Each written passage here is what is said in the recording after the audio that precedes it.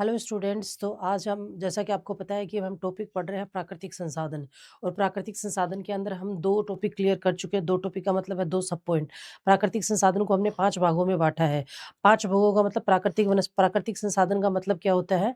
आपको जैसा कि मैंने शुरुआत में टॉपिक में बता दिया था। तो उसको हमने 5 भागों में बांटा, जिसमें प्राकृतिक वनस्पति, जल, मिट्टी, खनिज और ऊर्जा संसाधन।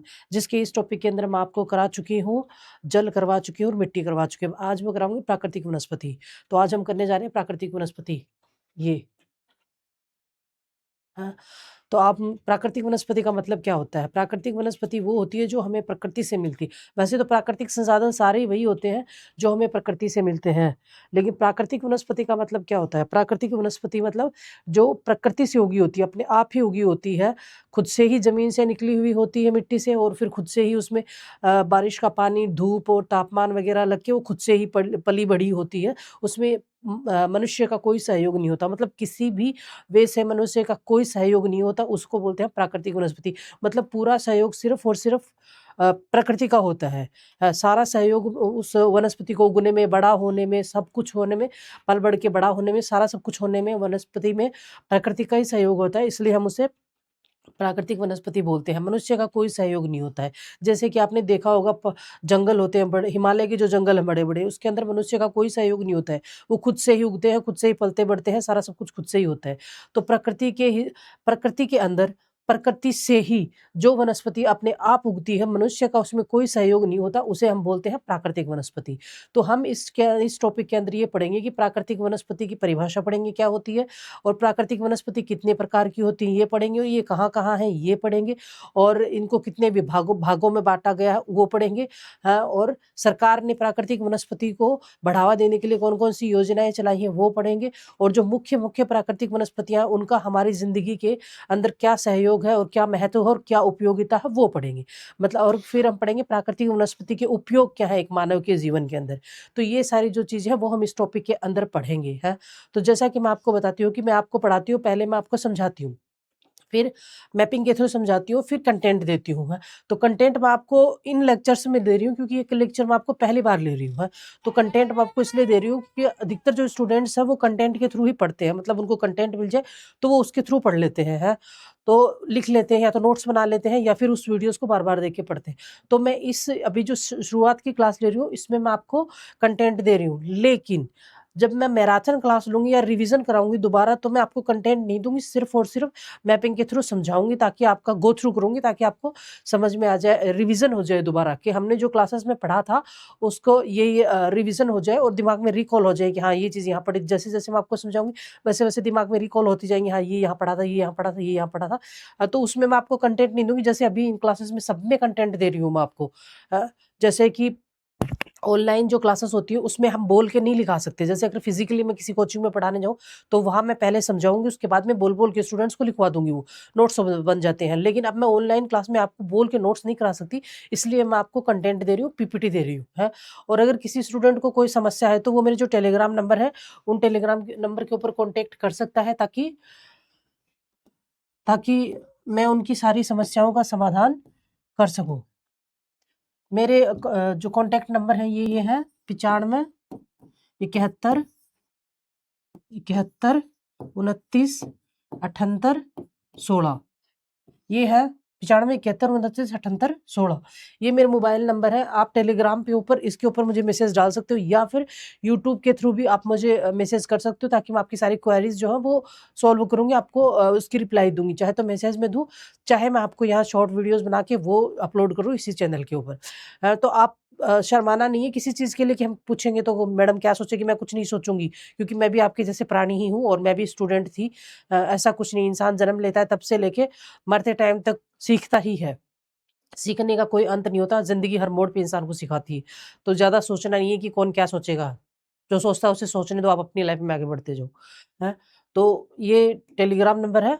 तो अभी हम आज मेरी थोड़ी तबीयत डाउन है, खराब हो रखी है।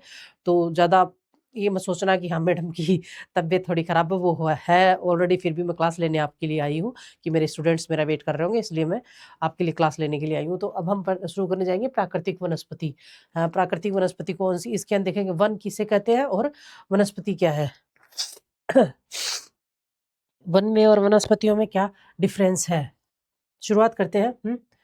ये वन है, कितने प्रकार के वन होते हैं, ये मैं जब आपको पढ़ाऊँगी तो मैं आपको दिखाऊँगी कि हाँ, ये फिगर है। पारिस्थितिकी के आधार पर और प्रबंधकीय और अन्य आधार पर वनस्पति कौन-कौन से हैं, वन किस मतलब वनों को कितने भागों में किस-किस आधार पर बाँटा गया है, उसका है।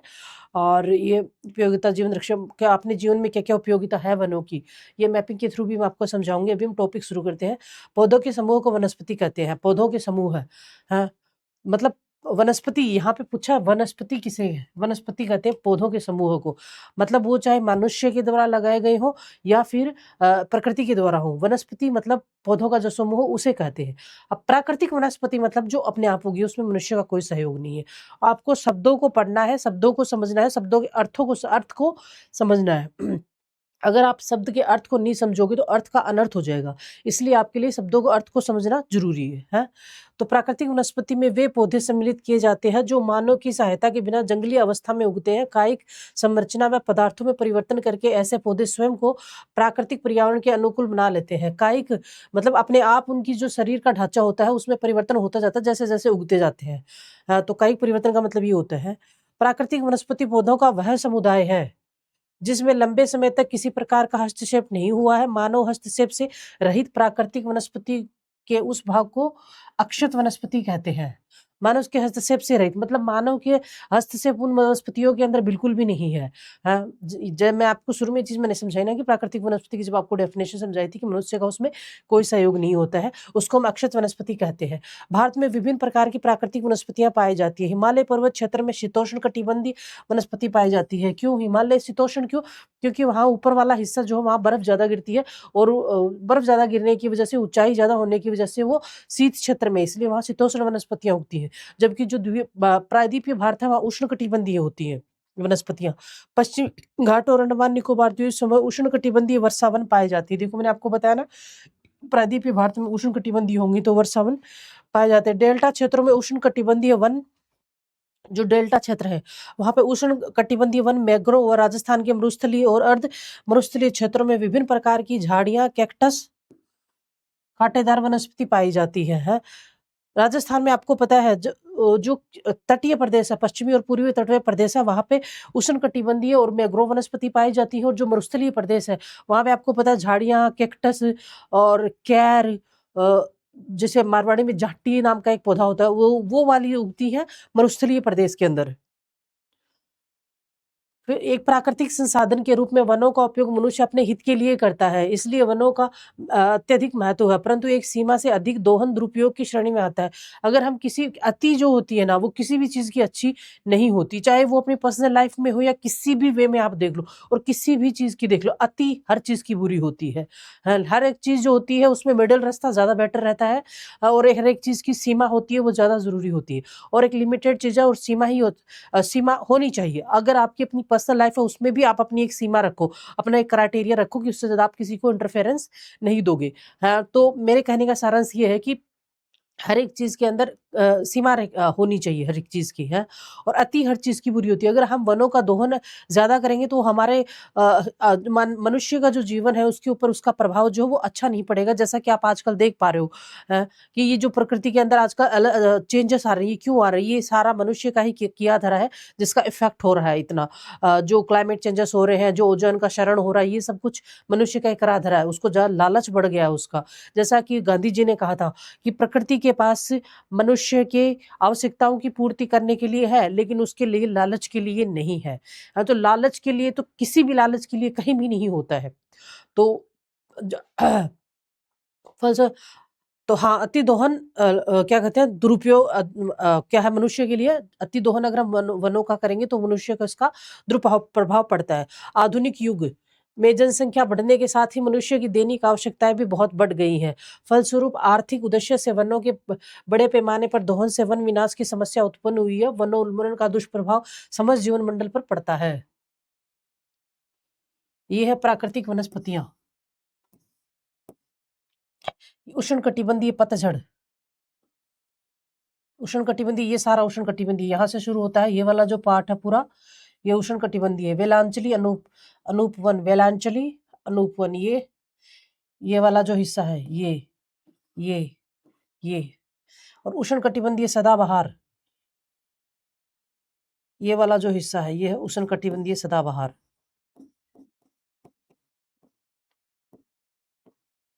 उष्णकटिबंधीय सदाबहार है। वह अर्ध सदाबहार वन। उष्णकटिबंध कांटेदार, ये है कांटेदार, कांटेदार। फिर है पर्वतीय वन, पर्वतीय वन ये है।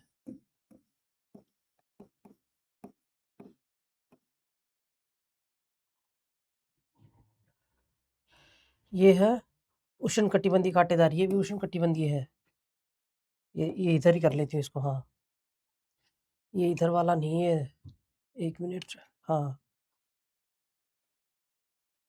कांटेदार, कांटेदार।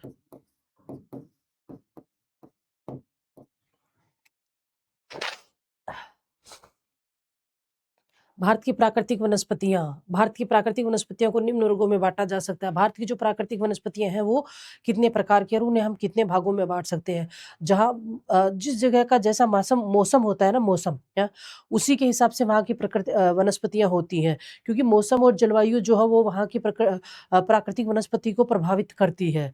हाँ, तो जहाँ जैसी जैसे अभी हमने पढ़े हैं, जो ये देखिए इधर 1 2 3 4 5, यही यहाँ पढ़ेंगे। उष्णकटिबंधीय सदाबहार वन, उष्णकटिबंधीय पहला है उष्णकटिबंधीय सदाबहार। ये वन 200 सेंटीमीटर से अधिक वर्षा के क्षेत्रों में मिलते हैं। इसके मुख्य क्षेत्र सह्याद्री, शिलोंग, पठार, उत्तर पूर्वी पहाड़ियां, अंडमान निकोबार द्वीप समूह है और लक्षद्वीप है। उत्तरी सह्याद्री प्रदेश में इन वनों का सोलास वन के नाम से जाना जाता है। किस नाम से जाना जाता है? Solas one.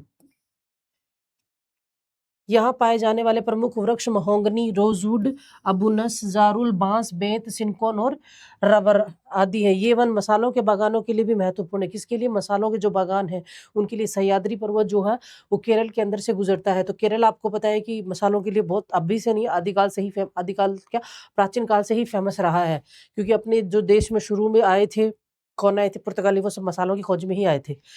उष्णकटिबंधीय आर्द्र पर्णपाती वन, ये वन 100 से 200 सेंटीमीटर वर्षा वाले क्षेत्रों में मिलते हैं। इनके मुख्य क्षेत्र सह्याद्री के पूर्वी ढलान, प्रायद्वीप के उत्तर पूर्वी पठारी भागों, शिलोंग के क्षेत्र के सहारे भाबर व तराई प्रदेश है।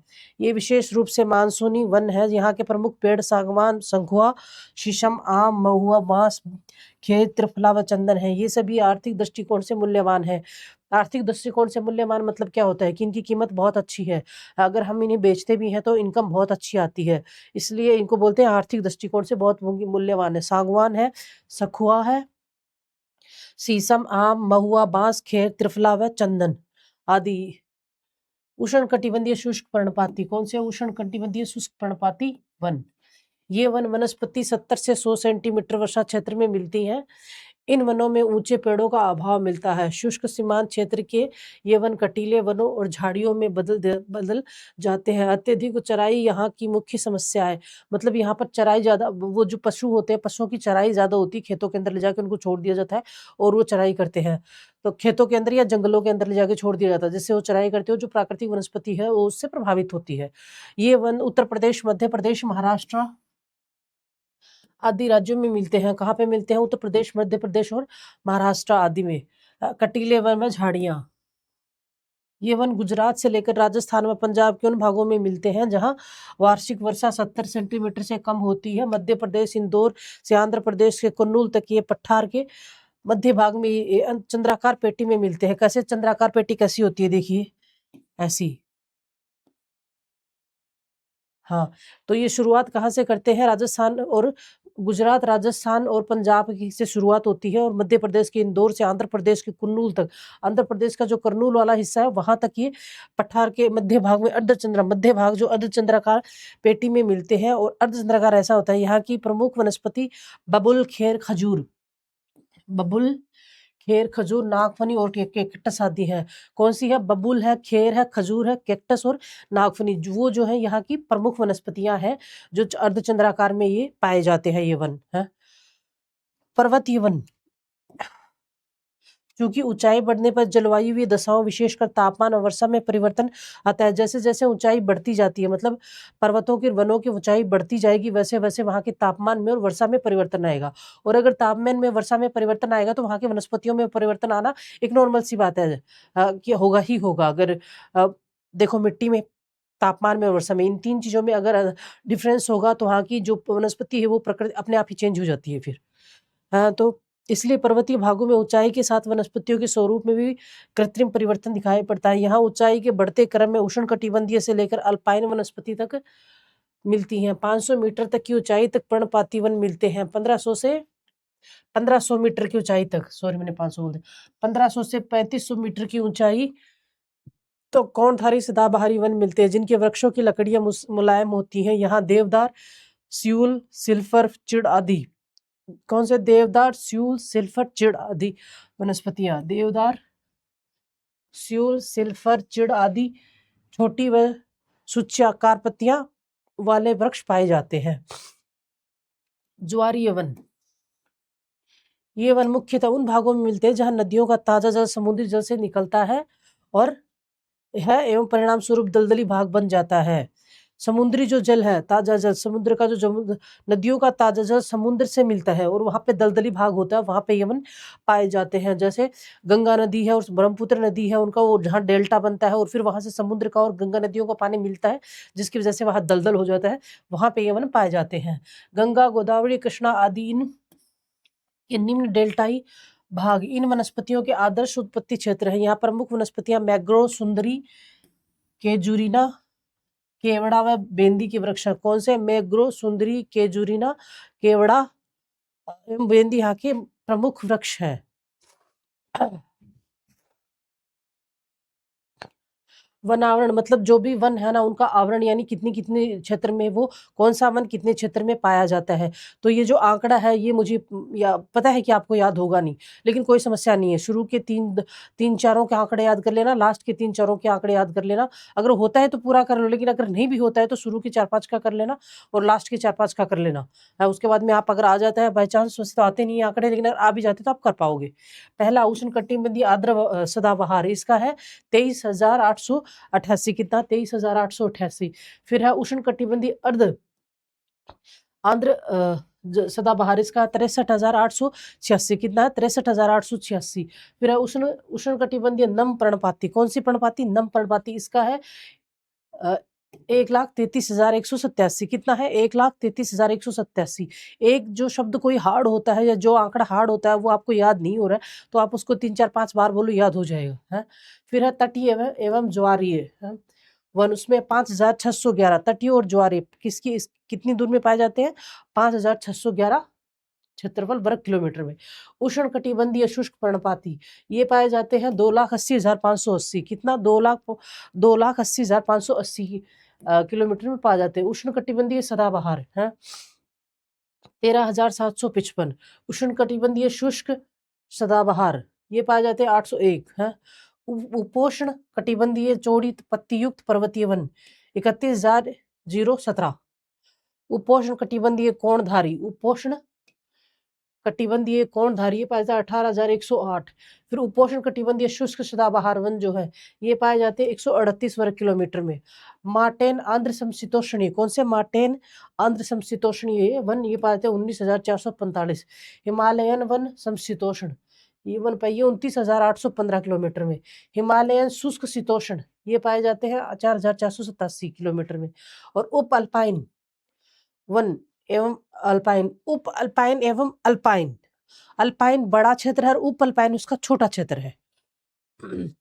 12,498। नम अल्पाइन एवं झाड़ियां है झाड़ी 534। शुष्क अल्पाइन एवं झाड़ी 2,082। कुल मिला के हो गया 6,39,834 वर्ग किलोमीटर। अभी देखिए 8 प्रकार की वनस्पतियां पाई जाती हैं भारत में। ये तो रफली है, रफली जो मैप बनाया हुआ वो है ही है। उसके अलावा जो और आगे भी मैंने दिखाया आपको, अभी और भी मैप है। पश्चिमी हिमालय क्षेत्र 8 क्षेत्र है, वनों के वनस्पति क्षेत्र 8 है। कितने हैं वनस्पति क्षेत्र? 8। 8 वनस्पति क्षेत्र का मतलब क्या होता है कि 8 मोटी-मोटी जो है वो 8 प्रकार की वनस्पतियाँ, बाकी सब पॉइंट्स तो हैं ही, लेकिन सब पॉइंट्स आप ऐसे दिखा नहीं सकते ना हम, बहुत ज़्यादा हो जाएगा। इसलिए मोटी-मोटी जो वनस्पतियों के क्षेत्र है वो 8 प्रकार के भारत में पाए जाते हैं। उसमें पश्चिमी हिमालय है, पूर्वी हिमालय और पूर्वोत्तर क्षेत्र, उसके बाद में सिंधु मैदान क्षेत्र, उसके बाद में है गंगा मैदानी क्षेत्र और पश्चिमी घाट तथा पूर्वी घाट है, और इधर लक्षद्वीप और अंडमान तथा निकोबार। कुल मिला के हो गए 8। भारतीय वनस्पति सर्वेक्षण है, भारत का जो वनस्पति सर्वेक्षण है उसकी स्थापना हुई थी 13 फरवरी 1890 में। कब हुई थी?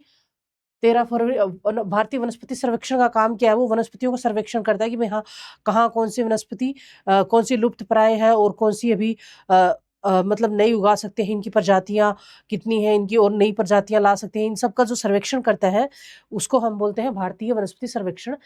और इसके जो संस्थापक थे वो सर जॉर्ज किंग थे। मुख्यालय जो कोलकाता में है और क्षेत्रीय कार्यालय 9 है। मतलब ये जो है सबसे बड़ा भारतीय वनस्पति सर्वेक्षण है जो इंडिया लेवल पे है। फिर इसके जो क्षेत्रीय कार्यालय हैं वो 9 स्थानों पे स्थापित किए गए हैं। उद्देश्य, इसका उद्देश्य क्या है? देश के पादप संसाधनों का अन्वेषण और पौधों की प्रजातियों के आर्थिक महत्व की पहचान भारतीय वनस्पति सर्वेक्षण द्वारा की जाती है। पादप संसाधनों का अन्वेषण करना और वनस्पतियों की पहचान करना है। फिर भारत सरकार द्वारा 1954 में इस संस्थान का पुनर्गठन किया गया। भारत सरकार ने 1954 में, आजादी के बाद इसका दोबारा पुनर्गठन किया। वर्तमान में भारतीय वनस्पति सर्वेक्षण तथा पर्यावरण, वन एवं जलवायु परिवर्तन मंत्रालय देश की दुर्लभ और संकटपन्न पादप प्रजातियों का सूचीकरण तथा संरक्षण की कार्य नीतियों को विकसित करता है। वन्य अभ्यारण्य जैसे भंगुर परितंत्रों और सुरक्षित क्षेत्रों, राष्ट्रीय उद्यानों और जैवमंडल रिजों का अध्ययन करता है। क्षेत्र विस्तार और वनस्पति विवरण। कौन सा जो क्षेत्र, अभी हमने 8 क्षेत्र पढ़े ना वनस्पति के, उसके अंदर कौन सा क्षेत्र कहाँ स्थित है, हाँ, और इसके अंदर कौन कौन सी वनस्पतियां आती हैं, मतलब कौन से क्षेत्र में कौन कौन सी वनस्पतियां उगती हैं। तो पहला है पश्चिमी हिमालय, कश्मीर से कुमायूं तक है। कहाँ तक है? कुमायूं हिमालय। मैंने आपको हिमालय भारत उसमें हमने क्षेत्र पढ़े थे ना, ऊर्ध्वाधर विभाजन हिमालय का और क्या कहते हैं क्षैतिज हिमालय, उसमें हमने कुमायूं हिमालय पढ़ा था, तो मुझे उम्मीद है आपको याद होगा। फिर उसके अंदर वनस्पति विवरण, शीतोष्ण कटिबंधीय भाग के अंदर चिड़, देवदार, शंकुधारी वृक्ष व चौड़ी पत्ती वाले शीतोष्ण वृक्ष। फिर अल्पाइन क्षेत्र के अंदर शीतोष्ण के ऊपरी सीमा श्वेत देवदार, श्वेत भोज वृक्ष व सदाबहार वृक्ष पाए जाते हैं। पूर्वी हिमालय क्षेत्र, सिक्किम से पूर्व दार्जिलिंग, शीतोष्ण क्षेत्र ओक, जायफल, द्विफल, बड़े फूलों वाले सदाबहार वृक्ष एवं छोटी बेंत के जंगल पाए जाते हैं। असम क्षेत्र, ब्रह्मपुत्र व सुरमा घाटी है, इसमें सदाबहार जंगल और बीच बीच में घने बांसों तथा लंबी घासों के झुरमुट हैं। सिंधु का मैदानी क्षेत्र, पंजाब, पश्चिमी राजस्थान और उत्तरी गुजरात के मैदान। यह क्षेत्र शुष्क एवं व गर्म है, इसके कटीले वन व झाड़ियां मिलती हैं। गंगा का मैदानी क्षेत्र, कछारी क्षेत्र, इनमें गेहूं, चावल और गन्ने की खेती होती है। दक्कन का जो क्षेत्र, उसमें भारतीय प्रायद्वीप समग्र भूमि, इसमें पतझड़ वाले वृक्षों के जंगलों से लेकर तरह तरह की जंगली झाड़ियों के वन है। मालाबार क्षेत्र, प्रायद्वीपीय तट, घने जंगलों के अतिरिक्त व्यापारिक फसलें पाई जाती हैं। नारियल, सुपारी, काली मिर्च, काफी, चाय, रबड़ और काजू आदि पाए जाते हैं। अंडमान क्षेत्र, अंडमान के 8 प्रमुख वनस्पति क्षेत्र, इसमें सदाबहार, अर्ध सदाबहार, कच्छ वनस्पति, समुद्र तटीय व अल्पाइन जंगलों की अधिकता है। किसकी है? अल्पाइन जंगलों की, सदाबहार और अर्ध सदाबहार, कच्छ वनस्पति आदि की अधिकता है। वन, अब वन से आप क्या समझते हो? वन की परिभाषा क्या होती है और वनस्पति की परिभाषा क्या होती है? वन से अभिप्राय ऐसे व्यापक क्षेत्र से है जो वृक्षों के पूर्णतः आच्छादित हो, मतलब उस क्षेत्र के अंदर सारी वनस्पतियों से वो ढका हुआ होना चाहिए और पर्यावरण के साथ साथ उस क्षेत्र की पूरी जैविक क्षमता व पर्यावरण में सुधार करता हो। वहाँ की जो जैविक पर्यावरण के में तो सुधार करते ही हैं वन, वहाँ की जो जैविक क्षमता यानी पारिस्थितिकी जो तंत्र है उसमें भी सुधार करता हो और उसमें बदलाव कर देता हो। इसके अंतर्गत वृक्ष, झाड़ियां और फूल आदि के पौधों को सम्मिलित किया जाता है। किसको किया जाता है इसमें? वृक्ष, पेड़ पौधे, झाड़ियां और फूल आदि के पौधों को सम्मिलित किया जाता है। यदि वृक्षों को विशेष रूप से फलों के लिए लगाया जाता है, वृक्ष जो होते हैं उनको हम फलों के लिए और लकड़ी के लिए मानव अपने यूज के लिए लगाता है, लेकिन ये तो वन वन मानव मेड भी हो सकता है और प्राकृतिक भी हो सकता है। यदि वृक्षों की विशेष रूप से फलों के लिए लगाया जाता है तो देश उसे बाग कहते हैं। हाँ, मतलब ओनली फलों के लिए लगाया जाए उसको बाग कहते हैं, और अगर वनों के अंदर जो उगते हैं, हाँ, वनस्पतियां उगती हैं, अगर उनमें फल उगते हैं तो वो फल मनुष्य के लिए यूज भी होते हैं, और वहां की जो लकड़ी होती है वो भी मनुष्य के लिए यूज होती है। लेकिन जो मानव के द्वारा जो बाग लगाए थे वो सिर्फ और सिर्फ फलों के लिए लगाए जाते हैं, वहां की लकड़ी यूज नहीं होती है। लेकिन वह अगर वनस्पतियां वनों के अंदर अगर वनस्पति अपने आप उग रही है, प्राकृतिक वनस्पति उगी है, तो उसमें अगर फल लग रहे हैं तो उनको मनुष्य उन फलों को भी यूज करता है और लकड़ी को भी यूज करता है। तो इसे उपवन कहा जाता है, और यदि यह बाग छोटा और खुला है तो इसे उपवन कहा जाता है। वन अर्थव्यवस्था के प्रमुख घटक तथा आर्थिक विकास में इनका विशेष योगदान रहा है। वन न केवल पारिस्थितिकी संतुलन में महत्वपूर्ण भूमिका निभाते हैं, बल्कि वायु प्रदूषण, मृदा अपरदन की रोकथाम भी सहयोग करते हैं। संयुक्त राष्ट्र महासभा द्वारा 2011 को अंतर्राष्ट्रीय वन वर्ष घोषित किया गया। क्या किया गया? संयुक्त राष्ट्र द्वारा 2011 का जो वर्ष था उसे अंतर्राष्ट्रीय वन वर्ष घोषित किया गया है। और ये बाकी कुछ जो नॉर्मल पैराग्राफ, इमोशन मतलब भावनात्मक रूप से 2 पैराग्राफ दी हुई, ये तो नॉर्मल चीज़ें आपको पता है, क्योंकि मृदा अपरदन तो आप मृदा में पढ़ोगे, पढ़ा है आपने, जो मृदा में मैंने आपको पढ़ाया था। वन एवं वनस्पति में अंतर। वन और वनस्पति में अंतर क्या होता है? वन एक विशाल प्रदेश है जो पौधों और झाड़ियों से ढका होता है। क्या है? विशाल प्रदेश है वन। और तो वन से तात्पर्य घने एवं परस्पर निकट उगने वाले पौधे होते हैं। वन एक समान भू दृश्यावली प्रदान करता है। समान भू दृश्यावली यानी लैंडस्केप है। और वनस्पति, वनस्पति के अंतर्गत एक विशेष पर्यावरण में उगने वाले पौधों के एक समुदाय को समाहित किया जाता है। किसको? वनस्पति के एक विशेष पर्यावरण में उगने वाले पौधों के समुदाय। विशेष पर्यावरण मतलब जैसे कि हमने 8 ज़ोन बताए ना पर्यावरण की, तो वो विशेष पर्यावरण है वो 8 ज़ोन। वहाँ एक ही प्रकार की वनस्पतियाँ उगती हैं, उसे हम वनस्पति कहते हैं, समुदाय को। वनस्पति के अंतर्गत एक पारिस्थितिकी तंत्र में पाए जाने वाले वृक्षों, घासों व झाड़ियों को सम्मिलित किया जाता है। वनस्पति के अंदर एक पारिस्थितिकी तंत्र में पाए जाने वाले वृक्षों, घासों और झाड़ियों को सम्मिलित किया जाता है। वनस्पति किसी एक प्रदेश की मिश्रित भूदृश्यावली प्रदान करती है। क्या करती है वनस्पति? प्रदेश की मिश्रित भूदृश्यावली प्रदान करती है। भारत की वन स्थिति रिपोर्ट, इसको हम नहीं पढ़ेंगे क्योंकि ये 2023 की लगा दी। मेरा जो पीपीटी बनने वाला है ना, ओवर स्मार्ट बहुत ज़्यादा है वो, है। उसका बस चले तो वो मेरे स्टूडेंट्स को पीएचडी करा दे, मतलब वो सब लगा देता है जो नहीं भी लगानी चाहिए, ताकि मैं आपको पढ़ा दूँ, कि वो सामने आएगी तो मैं आपको पढ़ाऊँगी, तो बच्चों को एक्स्ट्रा नॉलेज मिल जाए, है। तो उसको तो ये तो 2023 की है, हम उसको पढ़ेंगे नहीं, इसलिए नहीं पढ़ेंगे क्योंकि ये 2 साल में एक बार आती है, तो अब ये 25 की आ गई होगी। 24 का बीच में पढ़ रहा है, 25 की आ गई होगी, 25 वाले पढ़ा देंगे आपको करंट अफेयर के अंदर। फिर विभिन्न राज्यों, संघ शासित प्रदेशों में वनावरण एवं वृक्षारोपण, है। मतलब विभिन्न राज्यों और संघ शासित प्रदेशों में वनावरण और वृक्षारोपण। चूंकि यह टेबल बहुत बड़ी है और सभी राज्यों का विस्तृत डेटा है, मैंने इसे ठीक उसी तरह नीचे प्रस्तुत किया है। संघ राज्य क्षेत्र, उसके बाद में कुल भौगोलिक क्षेत्रफल कितना है, वनावरण कितना है, कुल वनावरण में परिवर्तन, वृक्षारोपण क्षेत्रफल, वृक्षारोपण में परिवर्तन, और कुल वनावरण और वृक्षारोपण। तो ये पूरी ये इतने सारे आंकड़े आपको याद नहीं होंगे, मुझे पता है, किसी को भी याद नहीं होंगे, मुझे भी याद नहीं है, आपको ही तो क्या है, लेकिन एक बार मोटा मोटा देख लो, है। आंध्र प्रदेश, अरुणाचल प्रदेश, असम, बिहार, छत्तीसगढ़। भौगोलिक क्षेत्रफल 1,62,923 है, जबकि वनावरण क्षेत्रफल 30,000। आप एक काम कीजिए, इसका स्क्रीनशॉट ले लीजिए, क्योंकि मेरी भी थोड़ी तबीयत खराब हो रखी है, तो आप या तो इसका स्क्रीनशॉट ले लो, ये लो। दिल्ली में कितना है, गोवा में, गुजरात, हरियाणा, हिमाचल प्रदेश, झारखंड, कर्नाटक, केरल, मध्य प्रदेश, महाराष्ट्र, मणिपुर, मेघालय, मिजोरम, नागालैंड, ओडिशा, पंजाब, राजस्थान, सिक्किम, तमिलनाडु, तेलंगाना, त्रिपुरा, उत्तर प्रदेश, उत्तराखंड, पश्चिम बंगाल, अंडमान निकोबार, चंडीगढ़, दादर नागर हवेली, जम्मू कश्मीर, लद्दाख, लक्षद्वीप, पांडिचेरी, कुल मिला के है 32,87,459, और 7,15,342.61, 156.41। ये जो लास्ट वाला है इसे याद कर लेना अच्छे से, है। 1,12,014.34, 1,289.40, 8,27,356.95। ये जो लास्ट वाले हैं, ये आंकड़ा अच्छे से याद कर लेना बस, क्योंकि इतना डीपली मुझे नहीं लगता कोई पूछेगा क्या। क्योंकि आरएस के तो नहीं पूछेंगे, अगर ये 16 होता तो मैं फिर भी थोड़ा सा रिस्क ले लेती कि भाई याद करो आप, हैं। लेकिन आरएस के अंदर इतना डीपली कोई पूछेगा नहीं, ये जो लास्ट वाले आंकड़ा, ये वाला आंकड़ा याद कर लेना बस। 2 4 5 बार बोलोगे तो याद हो जाएगा।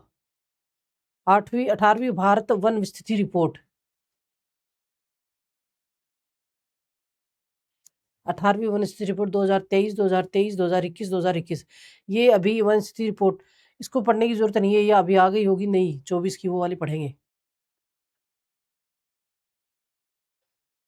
ये आंकड़े पढ़ने की ज़रूरत नहीं है हमको अभी। हाँ, ये पढ़ लेते हैं।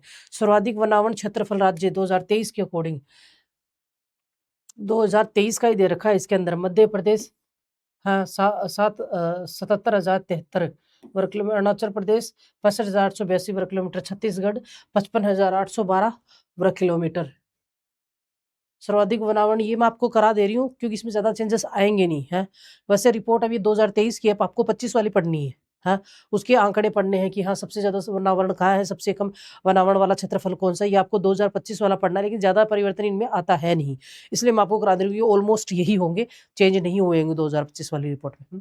तो लक्षद्वीप सर्वाधिक वनावरण क्षेत्रफल वाले राज्य प्रतिशत में 2023 लक्षद्वीप है 91.33, मिजोरम 85.43%, अंडमान निकोबार के अंदर 81.62%। सर्वाधिक वनावरण क्षेत्रफल वाले राज्य 2023 का महाराष्ट्र 14,524 वर्ग, राजस्थान 10,841 वर्ग किलोमीटर, उत्तर प्रदेश 8,950 वर्ग किलोमीटर। सर्वाधिक वृक्षावन क्षेत्रफल वाले राज्य प्रतिशत में 2023 के हिसाब से चंडीगढ़ 18.58% और दिल्ली 11.87%, केरल 7.48% है। सर्वाधिक वनावरण एवं वृक्षारोपण के क्षेत्रफल वाले राज्य 2023 का मध्य प्रदेश 85,724 वर्ग किलोमीटर और अरुणाचल प्रदेश 67,083 वर्ग किलोमीटर, महाराष्ट्र 65,383 वर्ग किलोमीटर। वनावरण एवं वृक्षारोपण में सर्वाधिक नमी वाले राज्य मध्य प्रदेश 612.41 वर्ग किलोमीटर, कर्नाटका 459.36 वर्ग किलोमीटर, लद्दाख 159.26 वर्ग किलोमीटर। वनावरण में सर्वाधिक वृद्धि वाले राज्य 2023 छत्तीसगढ़ 684 वर्ग किलोमीटर, उत्तर प्रदेश 559 वर्ग किलोमीटर। मतलब कितना वृद्धि हुई है, कितना मतलब पिछली रिपोर्ट में, इस रिपोर्ट में कितना वृद्धि हुई है वनावरण में।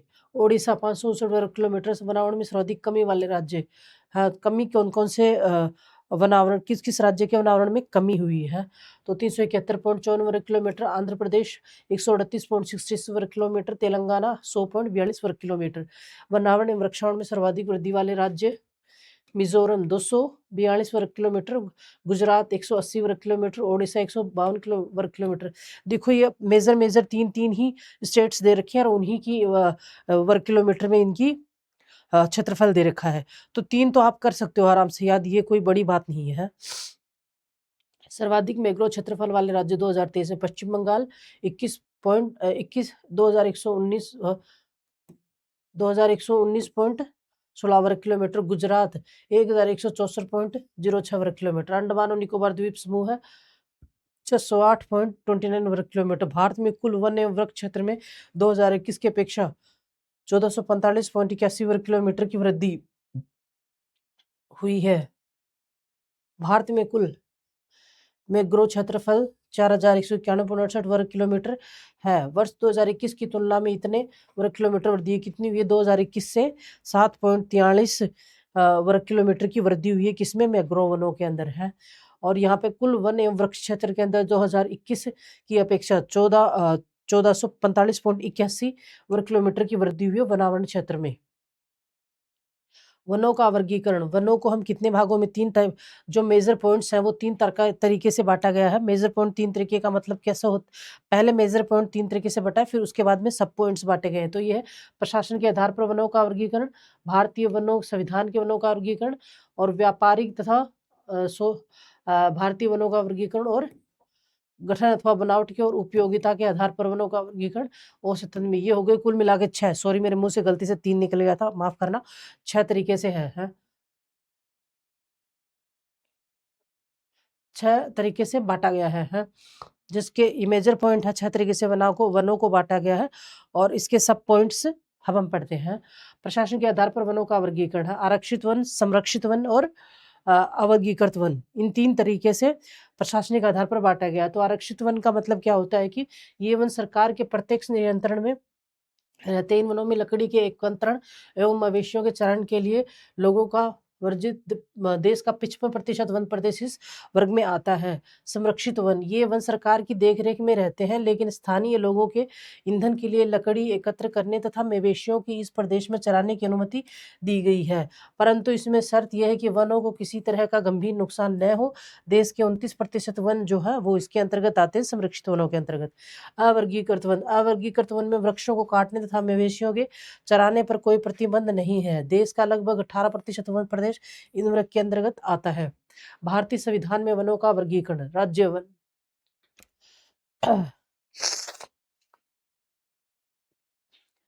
ये वन सरकार के पूर्ण नियंत्रण में होते हैं तथा इसमें देश के सभी महत्वपूर्ण वन प्रदेश आते हैं। देश का लगभग 94 वन प्रदेश इस वर्ग के अंतर्गत आता है। वाणिज्य वन, इस वनों का स्वामित्व तथा प्रशासन स्थानीय निकायों, नगर निगम, नगर बोर्ड, शहरी प्रदेश, जिला बोर्ड तथा ग्राम के अधीन होता है। देश का लगभग 5% वन प्रदेश इस वर्ग के अंतर्गत आता है। निजी वन, इन वनों का स्वामित्व निजी हाथों में होता था। इन देश के कुल वन 1% होता है। कितने हैं निजी वन जो है वो 1% ही है, और वाणिज्य जो वन है वो 5% है, और 94% जो है वो राज्य वन है।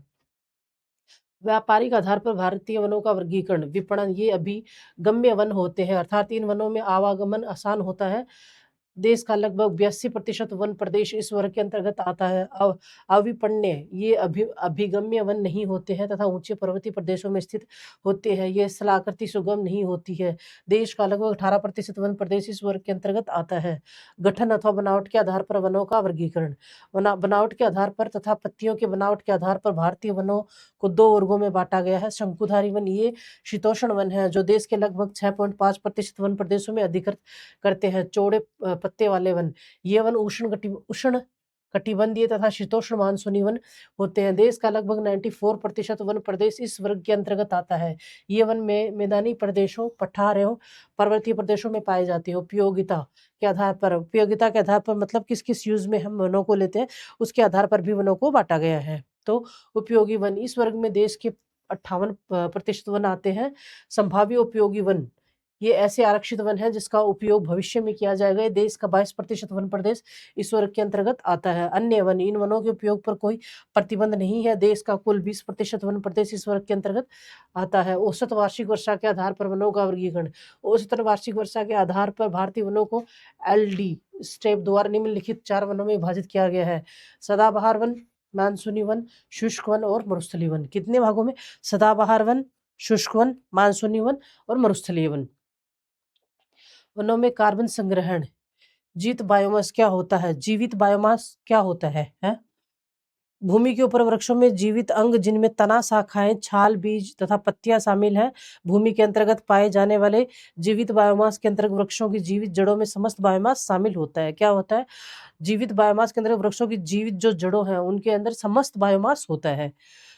मृत जैव पदार्थ, मृत काष्ठ का मतलब है ये जीवित बायोमास।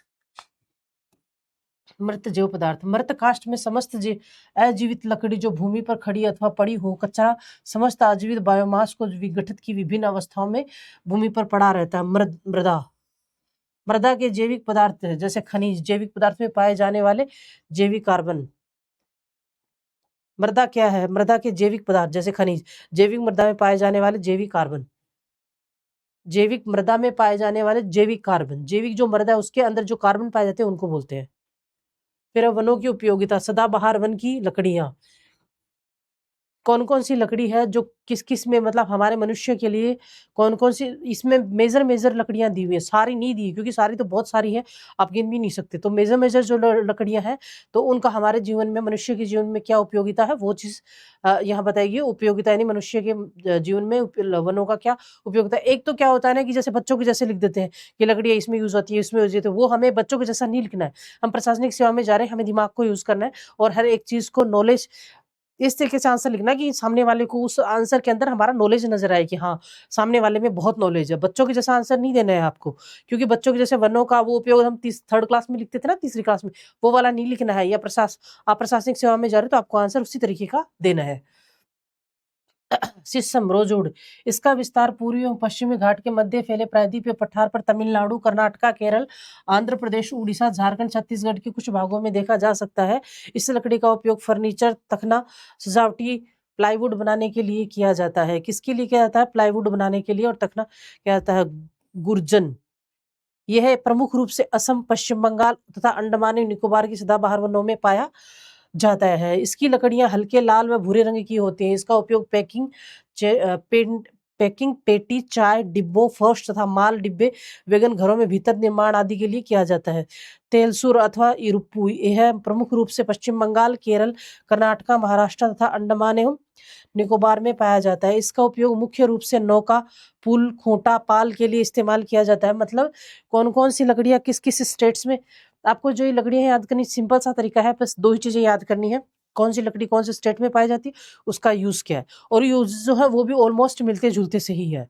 कोई मतलब दो तीन जो यूज है वो थोड़ा डिफरेंस होते हैं, बाकी सारे यूज मिलते जुलते ही है। वाली टैंक, इसका उपयोग मुख्य रूप से नौका, पुल, खूंटा, पाल के लिए इस्तेमाल की जाने वाली टैंक, ठेला गाड़ी व रेलवे स्लीपर का निर्माण किया जाता है। अधिकतर जो लकड़ियां हैं उनके अंदर ये दो चीज जरूर आएगी, ठेला गाड़ी और रेलवे स्लीपर गाड़ियां और नौका, ये भी ज्यादातर में आएंगी। मतलब अधिकतर जो चीजें हैं वो मिलती जुलती सी ही है, कनेक्ट करके पढ़ सकते हो। तून जो लकड़ी है ये विशेषकर हिमालय के निचले भाग अर्थात गिरिपाद में पाया जाता है। यद्यपि इसकी लकड़ी बहुत ठोस नहीं होती है, फिर भी यह टिकाऊ। उसका उपयोग मुख्य रूप से चाय के डब्बों, किसमें, इसकी लकड़ी ज्यादा उपयोगी नहीं होती है, लेकिन फिर भी चाय के डब्बों, खिलौनों और फर्नीचर, इन तीन ही यूजेस में आती है। चाय के डब्बों, खिलौनों और फर्नीचर, इन दो में ही आती है इसकी लकड़ी। उसकी तून। तेंदू, डायोस्पोरोसिस मेलॉक्सीलेन, यह प्रमुख रूप से कर्नाटक, केरल, तमिलनाडु, मालाबार तट, गोवा एवं महाराष्ट्र के शुष्क सदाबहार वनों में पाया जाता है। इसकी लकड़ी हल्के धुंधले पीले रंग की होती है, जिसमें काले रंग की धारियां पाई जाती हैं। इसमें कीड़ों के आक्रमण के लिए प्रतिरोधी क्षमता होती है। इस प्रकार की लकड़ी विशेषकर नक्काशी और सजावट के लिए उपयोग की जाती है। कहाँ? नक्काशी और सजावट के लिए। नाहर, यह असम और मालाबार तट में पाया जाता है। इसकी लकड़ी ठोस व टिकाऊ होती है। इसका उपयोग रेलवे स्लीपर, खूंटा और नौका, ये देखो ये वापस आ गया। मैंने बोला ना ऑलमोस्ट चीजें मिलती जुलती सी हैं, इनके यूजेस जो है, उपयोग जो हो वो मिलते जुलते ही है। खास करके लकड़ियों के नाम याद रखने, ये नाम अच्छे से याद करने, तून, तेंदू, नाहर, पून। हाँ पून, ये नाम अच्छे से याद कर लेने हैं, ठीक है, इनमें कंफ्यूज नहीं होना है। क्योंकि सबसे बड़ी समस्या तो मुझे लग रहा है आपको ये नाम याद करने से ही होगी। नए नाम है, पहली बार सुनेंगे, खास करके जो जिन्होंने ज्योग्राफी पहली बार पढ़ी है उनके लिए तो होंगे ही नए नाम। तो यह पश्चिमी घाट है, पूर्व जो है यह पश्चिमी घाट केरल, नीलगिरी और तमिलनाडु में पाया जाता है। कहाँ? और लकड़ी, यह लकड़ी अत्यंत ठोस, मजबूत एवं टिकाऊ होती है तथा इसे आसानी से पक्का बनाया जा सकता है। फिर है भारतीय वन सर्वेक्षण। स्थापना, भारतीय जो वन सर्वेक्षण है उसकी स्थापना कब हुई? 1981 के अंदर हुई। इसकी स्थापना मुख्यालय जो है वो देहरादून के अंदर है, और 4 क्षेत्रीय कार्यालय, मतलब इसके पूरे भारत के अंदर 4 कार्यालय हैं जो क्षेत्रीय कार्यालयों में है। शिमला, कोलकाता, नागपुर और अंबाला। कहाँ? शिमला, कोलकाता, नागपुर और अंबाला, इन चार अंबाला नहीं, बेंगलुरु, सॉरी अंबाला निकल गया मुझे। है कार्य, देश के वन क्षेत्रों और वन संसाधनों से संबंधित सूचना और आंकड़े एकत्र करना। इनका कार्य क्या है? देश के वन क्षेत्रों और वन संसाधनों के आंकड़े इकट्ठे करना। अधीन पर्यावरण वन मंत्रालय के अधीन है। किसके अधीन है? पर्यावरण और वन मंत्रालय के। स्टेट ऑफ फॉरेस्ट रिपोर्ट, प्रकाशन जो है स्टेट ऑफ फॉरेस्ट से प्रकाशन करते हैं। प्रथम प्रकाशन 1987 में हुआ था। स्वरूप, प्रत्येक दूसरे वर्ष देश के वन क्षेत्र का मूल्यांकन सुदूर संवेदी उपग्रहों से आंकड़ों को डिजिटल विश्लेषण करने का प्रकाशित किया जाता है। स्वरूप कैसा है? प्रत्येक दूसरे वर्ष, यानी एक साल छोड़कर के एक साल, ये जो है सुदूर संवेदी उपग्रहों से देश के जो वनों के आंकड़े हैं उनको डिजिटली तरीके से कलेक्ट करते हैं। मानसून वन की लकड़ियां, मानसून जो वन है उनमें कौन कौन सी लकड़ियां हैं और वो किस उपयोग होते हैं? तो सबसे मुझे ऐसा सबसे ज्यादा समस्या मुझे आप लोगों को ये याद करने में होगी, ये नाम याद करने हैं अच्छे से। मतलब 3 ही चीजें याद करनी है, एक तो नाम, एक उपयोग और एक पाए कहा जाते हैं, बस ये 3 चीजें। मतलब कौन से? एक तो नाम क्या है लकड़ी का, जो आपने सुनी हुई वो तो सुनी हुई है, लेकिन अगर कोई नई लकड़ी है तो उसका नाम याद करना, 2 4 5 बार बोलोगे याद हो जाएगा। दूसरा वो कहाँ पाई जाती है, और तीसरा उसका उपयोग क्या है, कौन से स्टेट्स में वो पाई जाती है। बस ये 3 ही चीज याद करनी है लकड़ियों के अंदर है, मतलब वनों की उपयोगिता के अंदर है। तो सखुआ जो उसको साल सोरिया रोबुस्टा, क्या? साल सोरिया रोबुस्टा, साल सोरिया रोबुस्टा किसको कहा जाता है? सखुआ को कहा जाता है। यह अर्ध हिमालय प्रदेश में कांगड़ा, से दारंगा तथा मेघालय तक विस्तृत है। कहाँ तक है? हिमालय, अर्ध हिमालय के प्रदेश में कांगड़ा हिमालय प्रदेश से दरंगा तथा मेघालय तक विस्तृत है। इस वृक्ष की लकड़ी भारी, ठोस और टिकाऊ होती है, जो खूंटा, दरवाजे, हरित तख्ता व रेलवे स्लीपर, ये देखिए ये दो चीजें दोबारा आ गई, खूंटा आ गया और रेलवे स्लीपर तीसरी बार आ रही है। और हरित और सख्ता दरवाजे, हरित तख्ता और दरवाजे, सागौन, टिक टेक्टोना ग्रैंडिस, इसका साइंटिफिक नाम है टिक टेक्टोना ग्रैंडिस। सागौन टिक मानसूनी जलवायु का सबसे प्रमुख वृक्ष है। यह प्रमुख रूप से छत्तीसगढ़, झारखंड, मध्य प्रदेश, उड़ीसा, तमिलनाडु, कर्नाटक, केरल, पूर्वी एवं पश्चिमी घाट, राजस्थान तक हिमालय के पादगिरी प्रदेशों में पाया जाता है। इस बहुमूल्य लकड़ी का उपयोग दरवाजे, अलमारी और फर्नीचर बनाने में किया जाता है। किससे? दरवाजे, अलमारी और फर्नीचर, इन तीनों की यूज के लिए इसका उपयोग किया जाता है। फिर है शीशम, दलबेजिया सीसो। शीशम का जो साइंटिफिक नाम है वो है दलबेजिया सीसो। क्या है? दलबेजिया सीसो है। यह हिमालय प्रदेश में जम्मू कश्मीर से लेकर असम तक 1500 मीटर की ऊंचाई पर पाया जाता है।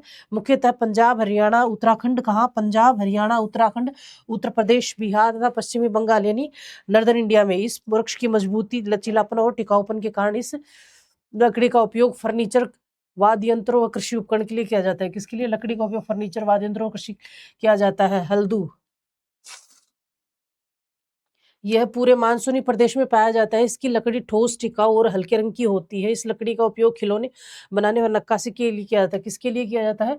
खिलौने बनाने और नक्काशी के लिए। पालस, इसका विस्तार क्षेत्र मुख्यतः छोटा नागपुर पठार, छत्तीसगढ़, राजस्थान के दक्षिणी पूर्वी भाग, और इस वृक्ष के पत्तों पर लाख के कीड़ों को पाला जाता है। किस पे? लाख के जो कीड़े होते हैं ना, उनको इनके पत्तों पर पाला जाता है। किसके पत्तों के ऊपर पाला जाता है? तो पलाश के। लाख के से क्या बनता है? लाख से चूड़ियां बनती है। फीमेल्स को पता होगा है। और अर्जुन, अर्जुन जो है, अर्जुन वो अर्जुन महाभारत वाला नहीं है, ये वृक्ष का नाम है। यह मानसूनी वन का एक प्रमुख वृक्ष है, जिसका उपयोग कृषि उपकरण और बैलगाड़ी बनाने के लिए। तब बैलगाड़ी भी जो है कृषि का ही उपकरण है। तो इन दोनों को इंटरनेट कनेक्ट करके कर लेना, और अर्जुन को आप महाभारत से याद कर लेना है।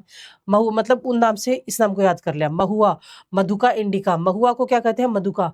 मैं महुआ, मैं मधुका इंडिका। और ये मुख्यतः मध्य प्रदेश, बुंदेलखंड, बिहार, गुजरात, महाराष्ट्र, उत्तराखंड तथा राजस्थान के दक्षिण पूर्वी भागों में पाया जाता है। इसके फलों का उपयोग तेल निकालने, फूलों का उपयोग शराब बनाने के लिए, फलों का उपयोग तेल निकालने के लिए, और फूलों का उपयोग जो है शराब बनाने के लिए किया जाता है। सेमल, सहतूत, सेमल, सहतूत, मलबरी, इसका नाम है मलबरी। सेमल मुख्यतः रूप से असम, बिहार व तमिलनाडु में पाया जाता है। कहाँ का पाया जाता है? असम, बिहार और तमिलनाडु के अंदर पाया जाता है। इसकी लकड़ी हल्की तथा कोमल होती है। इसका उपयोग खिलौने, पैकिंग, माचिस और प्लाईवुड आदि के निर्माण में किया जाता है। ये देखो खिलौने कितनी बार आ गया, हर है ऑलमोस्ट ज्यादातर लकड़ियों से खिलौने बनाए जाते हैं, इसलिए आपको याद करने में समस्या नहीं होगी।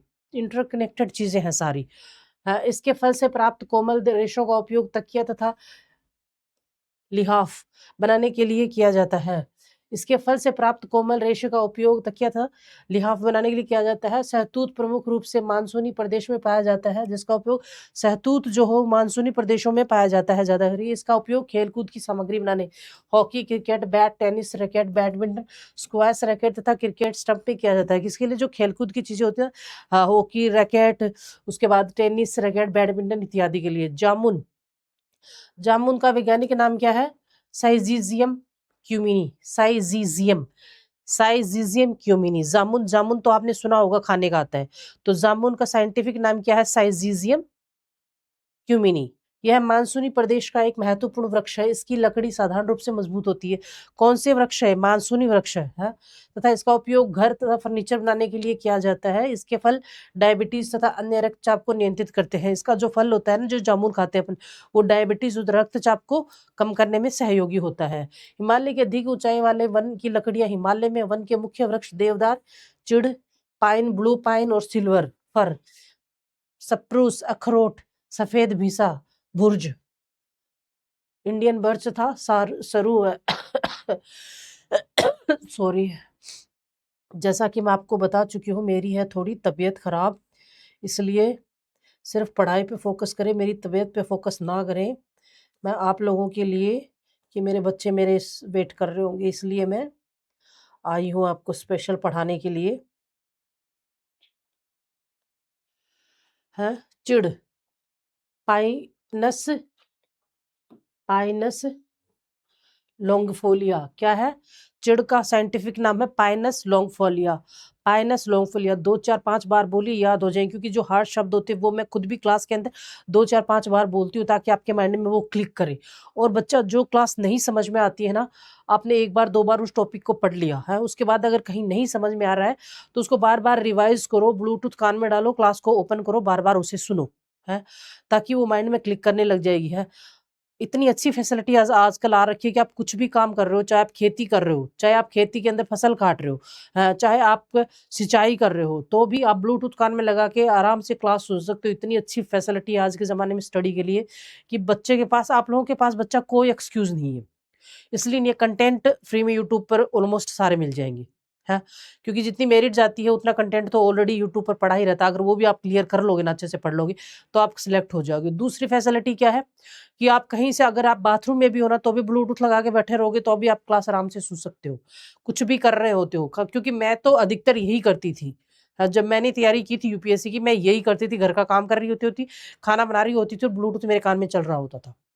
है, तो बार-बार सुन रही होती थी उसको, लेकिन अब अटेम्प्ट ही मेरे पास 2 ही बचे थे। क्यों? क्योंकि मेरी एज हो गई थी, हैं? तो यूपीएससी के लिए 2 ही अटेम्प्ट बचे थे मेरे पास। तो अ, सेकंड अटेम्प्ट में प्रीलिम्स क्लियर हुआ, मेंस तक पहुँचे, लेकिन मेंस में रह गई जाके, हैं? सो ये बात थी। और आरएएस का तो है ही। ये हाँ, ओके, हम पढ़ रहे थे चिड़, पाइनस लॉन्गफिलिया। कौन सा? लॉन्गफिलिया, लॉन्गफिलिया, लॉन्ग, 2 बड़ा लंबे अक्षर है ना, उनको कनेक्ट कर लो 2 जगह, 2 टुकड़े करो, 2 टुकड़े करके फिर कनेक्ट कर लो ताकि याद हो जाएगा, है। ये वृक्ष हिमालय में जम्मू से लेकर अरुणाचल प्रदेश तक 900 मीटर की से 1800 मीटर तक की ऊंचाई पर मिलते हैं। कहाँ? 900 मीटर से लेके 1800 मीटर तक। कहाँ से लेके? श्रीनगर से लेकर के, जम्मू से लेके और अरुणाचल प्रदेश तक, है, वृक्ष मिलते हैं। इसका उपयोग फर्नीचर, चाय की पेटी, माचिस तथा रेलवे स्लीपर आदि, कहाँ? फर्नीचर, चाय की पेटी, रेलवे स्लीपर और माचिस आदि के लिए किया जाता है। इस वृक्ष में राल, गोंद व तारपीन का तेल भी प्राप्त किया जाता है। किसका? राल, गोंद व तारपीन का तेल भी प्राप्त किया जाता है। देवदार या सेड्रस देवदार, ये वृक्ष उत्तर पश्चिम हिमालय में जम्मू कश्मीर, हिमाचल प्रदेश तथा उत्तराखंड में पाए जाते हैं। ये वृक्ष मुख्यतः 1500 मीटर से 2500 मीटर की ऊंचाई के बीच पाए जाते हैं। इसका उपयोग हल, फर्श, तख्ता, दरवाजे, खिड़कियां, हल्के फर्नीचर व तख्तों तथा रेलवे स्लीपर आदि के निर्माण के लिए किया जाता है। अब ब्लू पाइन, पाइनस एक्सेल्स, क्या? एक्सेल्स, पाइनस एक्सेल्स, किसके लिए? Blue pine. यही हिमालय में चुंबी घाटी से लेकर सिक्किम तक 1800 मीटर से 3600 मीटर तक मिलता है। कहा? चुंबी घाटी में सिक्किम से 1800 लेके 36 मीटर तक की ऊंचाई तक मिलते हैं। इसका उपयोग भी दरवाजे, खिड़की, फर्नीचर तथा रेलवे स्लीपर आदि के निर्माण में किया जाता है। इस सुरक्षा से राल तथा तारपीन भी प्राप्त किया जाता है। क्या? इस सुरक्षा राल तथा तारपीन प्राप्त किया जाता है। रजत देवदार या सिल्वर फर एबीज, रजत देवदार, सिल्वर फर एबीज, यह उत्तर पश्चिमी तथा उत्तर पूर्वी हिमालय में 2200 मीटर से 3000 मीटर की ऊंचाई के बीच पाया जाता है। कहाँ से? 2200 मीटर से लेकर 3000 मीटर की ऊंचाई तक ये वृक्ष पाए जाते हैं। इसकी लकड़ी चिकनी होती है। क्या होती है? लकड़ी चिकनी होती है, परंतु अधिक टिकाऊ नहीं होती। अधिकांशतः इसका उपयोग तख्तों, पैकिंग पेटी, डिब्बों, कास्ट, लुगदी, कागज तथा माचिस की तिल्लियां बनाने के लिए किया जाता है। किसके लिए? पैकेजिंग, पैकेजिंग पेटी, डिब्बों, कास्ट, लुगदी, कागज तथा माचिस की तिल्लियों बनाने के लिए इसका यूज किया जाता है। स्यूस, स्यूस का वैज्ञानिक नाम क्या है? पीसिया मिथियाना, पीसिया मिथियाना। स्यूस, स्यूस, मुझे पता है पीसिया मिथियाना से ज्यादा हार्ड आपको स्यूस लगेगा, इसलिए मैं बोलूँ ना, 2 4 5 बार बोलो, याद हो जाएगा बच्चे। रॉकेट साइंस कुछ भी नहीं है, मनुष्य के लिए असंभव इस धरती पे कुछ भी नहीं है। इसलिए नहीं है कुछ भी मनुष्य के लिए असंभव इस धरती पे, क्योंकि धरती पर जितनी भी चीजें भी बनाई हुई है ना, सारी की सारी मनुष्य के ही दिमाग की उपज है। भगवान ने हम जो हमारी जो फैसिलिटीज है, जितनी भी चीजें हैं, वो सारी हमें पैदा होते इसमें साथ देकर नहीं भेजा था कुछ भी। साथ सिर्फ हमें फ्री में दिया था भगवान ने, दिमाग। और उस दिमाग को हमने यूज करके पृथ्वी पर जितनी चीजें है ना, वो सारी इंसान के ही दिमाग की उपज है। इसलिए आप सबके पास इस गॉड गिफ्टेड और फ्री में मिली हुई चीज है दिमाग। उस दिमाग को अगर आप सही से यूज करोगे तो आप फर्श से अर्श तक पहुंच जाओगे। हाँ, इसलिए बच्चा अगर आपको नहीं कोई हार्ड शब्द याद और आप 2-5 बार बोलिए, मैं भी इस क्लास में बोलती ही रहती हूँ एक शब्द को 2-4-5 बार, याद हो जाएगा। घबराना नहीं है, कूल और काल्म होके तैयारी करनी है, क्योंकि आप अपने माइंड को जितना कूल और काल्म रखोगे ना, दिमाग में उतनी ज़्यादा चीज़ें जल्दी घुसेंगी और उतना ही आउटकम आप ज़्यादा दे पाओगे। अगर आपने स्ट्रेस ले लिया तो आपने जो भी पढ़ा है सब साफ हो जाएगा। इसलिए स्ट्रेस तो किसी भी हाल में नहीं लेना है, चाहे कुछ आता हो या नहीं आता हो, सिर्फ स्ट्रेस नहीं लेना है। क्योंकि आपने चाहे 50% ही तैयारी की हो, आप फ्री माइंड होके विदाउट स्ट्रेस की एग्जाम दे के आओगे ना, अगर आपने वो 50% भी लिख दिया तो भी सिलेक्ट हो जाओगे। लेकिन अगर आपने स्ट्रेस ले लिया तो आपने जो पढ़ा है सब दिमाग से निकल जाएगा। आप 50% की जो तैयारी की वो भी आउटकम नहीं दे, उसका भी कोई आउटकम नहीं आ पाएगा, उसको भी आप पूरा अच्छे से परफॉर्म नहीं कर पाओगे एग्जाम में। इसलिए खास करके स्ट्रेस तो बिल्कुल नहीं लेना, चीज़ों को समझना है। समझना है, आप इस मैदान में उतरे हो कि आपको सिविल सर्विस की तैयारी करनी है, तो चीज़ों को समझ-समझ के आगे बढ़ना है। जितना पता है वहाँ तक बढ़िए, फिर पूछ लीजिए, आगे बढ़ जाइए, फिर पूछ लीजिए, आगे बढ़ जाइए। जितना रास्ता दिख रहा है ना, उतना बढ़िए। जैसे धुंध जब होती है सर्दियों में, तो हमें जितना रास्ता दिख रहा होता है, हम उतना चलते रहते एक दिन मंजिल तक पहुँच जाते हैं। तो हम लोग जो बैठे हैं ना, चाहे वो कोचिंग में बैठे हो, चाहे ऑनलाइन बैठे हो, हम लोग इसीलिए बैठे हैं कि आप लोगों को गाइड कर सकें। हम लोगों को इतना क्यों आता है? क्योंकि जिस दौर से आप गुज़रे हो, उस दौर से हम भी गुज़रे हैं और हमारे टीचर्स ने हमें समझाया है। हाँ, आज जहाँ पे आप हो, थोड़े कुछ सालों पहले हम भी वहाँ पर थे, हैं? और हमारे टीचर्स ने हमें गाइड किया, इसलिए आज हम यहाँ हैं। चाहे कोई टीचर सक्सेस हो, चाहे कोई बन गया सिविल सर्वेंट और चाहे कोई नहीं बना है, लेकिन एक्सपीरियंस तो सबके पास है, हैं? और जो बना है उससे ज़्यादा नॉलेज जो नहीं बना है ना, उस फेलियर के पास ज़्यादा नॉलेज होता है, क्योंकि उसको वीक पॉइंट, बोनस पॉइंट ज़्यादा पता होती है दोनों, कि उसके वीक पॉइंट और बोनस पॉइंट कौन से थे। तो जहाँ पे आप हो, वहाँ पे हम थे, इसलिए हमें आपसे ज़्यादा नॉलेज है। आज से 5, 7, 10 साल बाद में आप वहाँ होगे जहाँ हम हैं। तो आप भी अपने जूनियर्स को सारी चीज़ें बता रहे होंगे कि इस तरीके से करो, इस तरीके से करो, क्योंकि आपको वो एक्सपीरियंस, आप उस रास्ते से गुज़र चुके हो। आप उस सफ़र से गुज़र चुके हो, इसलिए आपको उस सफ़र का सब कुछ पता है कि यहाँ से ये बस जाएगी, अगर इस स्टेशन पर आपको पहुँचना है तो ये बस जाएगी, ये ट्रेन जाएगी, ये प्लेन जाएगी। हाँ, आपको पता है उसका, क्योंकि आप वहाँ से गुज़र चुके। सेम इधर है। हम लोग वहाँ से गुज़र चुके हैं, इसलिए हमें पता है कि ऐसे-ऐसे आपको चलना है। तो स्ट्रेस नहीं लेना है, नहीं कुछ पता है, साथ वाले से पूछ लो, नहीं कुछ पता है, आपकी जो फैकल्टीज़ हैं उनसे पूछ लो, ऑनलाइन मैसेज करके हम लोगों से पूछ लो, कोई समस्या नहीं है, आपको सॉल्यूशन सभी देंगे, क्योंकि बैठे ही इसीलिए हैं कि स्टूडेंट्स को जो प्रॉब्लम्स हैं उनको सॉल्व करें और उनको समझाया जाए, बताया जाए, उनको मोटिवेट किया जाए, क्योंकि ये सिविल सर्विस की जो तैयारी है वो साल, 2 साल, 3 साल, 4 साल की लंबी तैयारी है ये। तो इसमें इंसान डिमोटिवेट हो जाता है। तो हम लोग इसीलिए बैठे हैं कि आपको पढ़ाई का भी प्रॉब्लम सॉल्व करें आपकी, और अगर आप डिमोटिवेट हो रहे हो तो आपको टाइम टाइम पे मोटिवेट भी करते रहे, ताकि आपका स्टेमिना बना रहे और आप उस सफ़र को ईज़िली क्रॉस कर जाओ। देखो ये सफ़र है ना आपका, जब आप सेलेक्ट हो जाओगे ना आपको ये याद आएगा बहुत।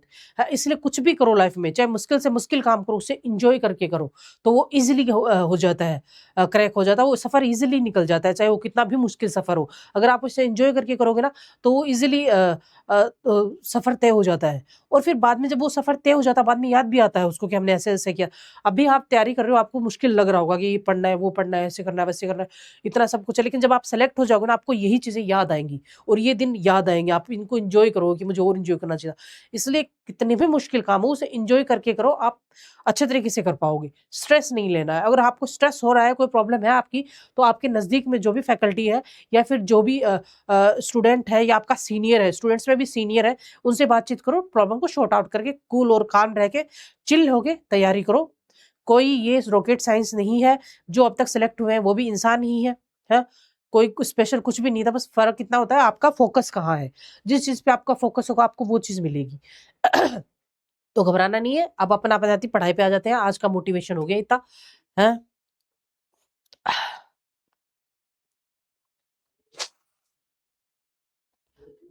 पीसिया मिथियाना, स्यूस पीसिया मिथियाना यह पश्चिमी हिमालय में 2100 से लेकर 3600 मीटर की ऊंचाई के बीच पाया जाने वाला वृक्ष है। इसकी चिकनी सफेद लकड़ी का उपयोग घरों के निर्माण व रेलवे स्लीपर कैबिनेट्स एवं लुगदी बनाने में तथा पैकिंग के लिए किया जाता है। किसके लिए है?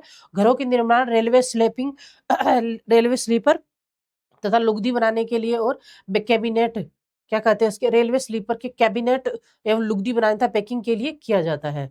फिर अखरोट या बालनट, जुगलन्स, ये इसको जानते भी होंगे सब लोग क्योंकि ये खाया जाता है घरों में। तो बालनट, जुगनल्स रीजिया, जिसकी जो कोई पहाड़ी क्षेत्रों में है से आता है ना, वो अखरोट ज़रूर लेके आता है। बादाम, काजू, किशमिश, अखरोट जो पहाड़ी क्षेत्रों में जाते हैं, वहाँ से वापस आते हैं तो लेके आते हैं। वहाँ जो सर्विस कर रहे होते हैं, वो भी लेके आते हैं। यह वृक्ष कश्मीर, हिमालय, उत्तराखंड तथा खासी पहाड़ियों में पाया जाता है। सूखने पर यह लकड़ी न तो सिकुड़ती है और न ही फूलती है और फटती है। इस लकड़ी का उपयोग वाद्य यंत्र, बंदूक के कुंदे तथा कैबिनेट बनाने के लिए उपयोग किया जाता है। सफेद भिंसा, क्या? सफेद भिंसा, व्हाइट विलो सेलिक्स अल्बा, यह एक छोटा वृक्ष है जो उत्तर पश्चिमी हिमालय में पाया जाता है। इसकी टहनियों का उपयोग टोकरी बनाने में किया जाता है। किसमें किया जाता है? इनकी टहनियों का उपयोग टोकरी बनाने में किया जाता है। इसकी लकड़ी से क्रिकेट के बैट तथा खेलकूद की अन्य सामग्री, इसकी जो लकड़ी है क्रिकेट के बैट तथा खेलकूद की जो अन्य सामग्री होती है उसमें यूज की जाती है।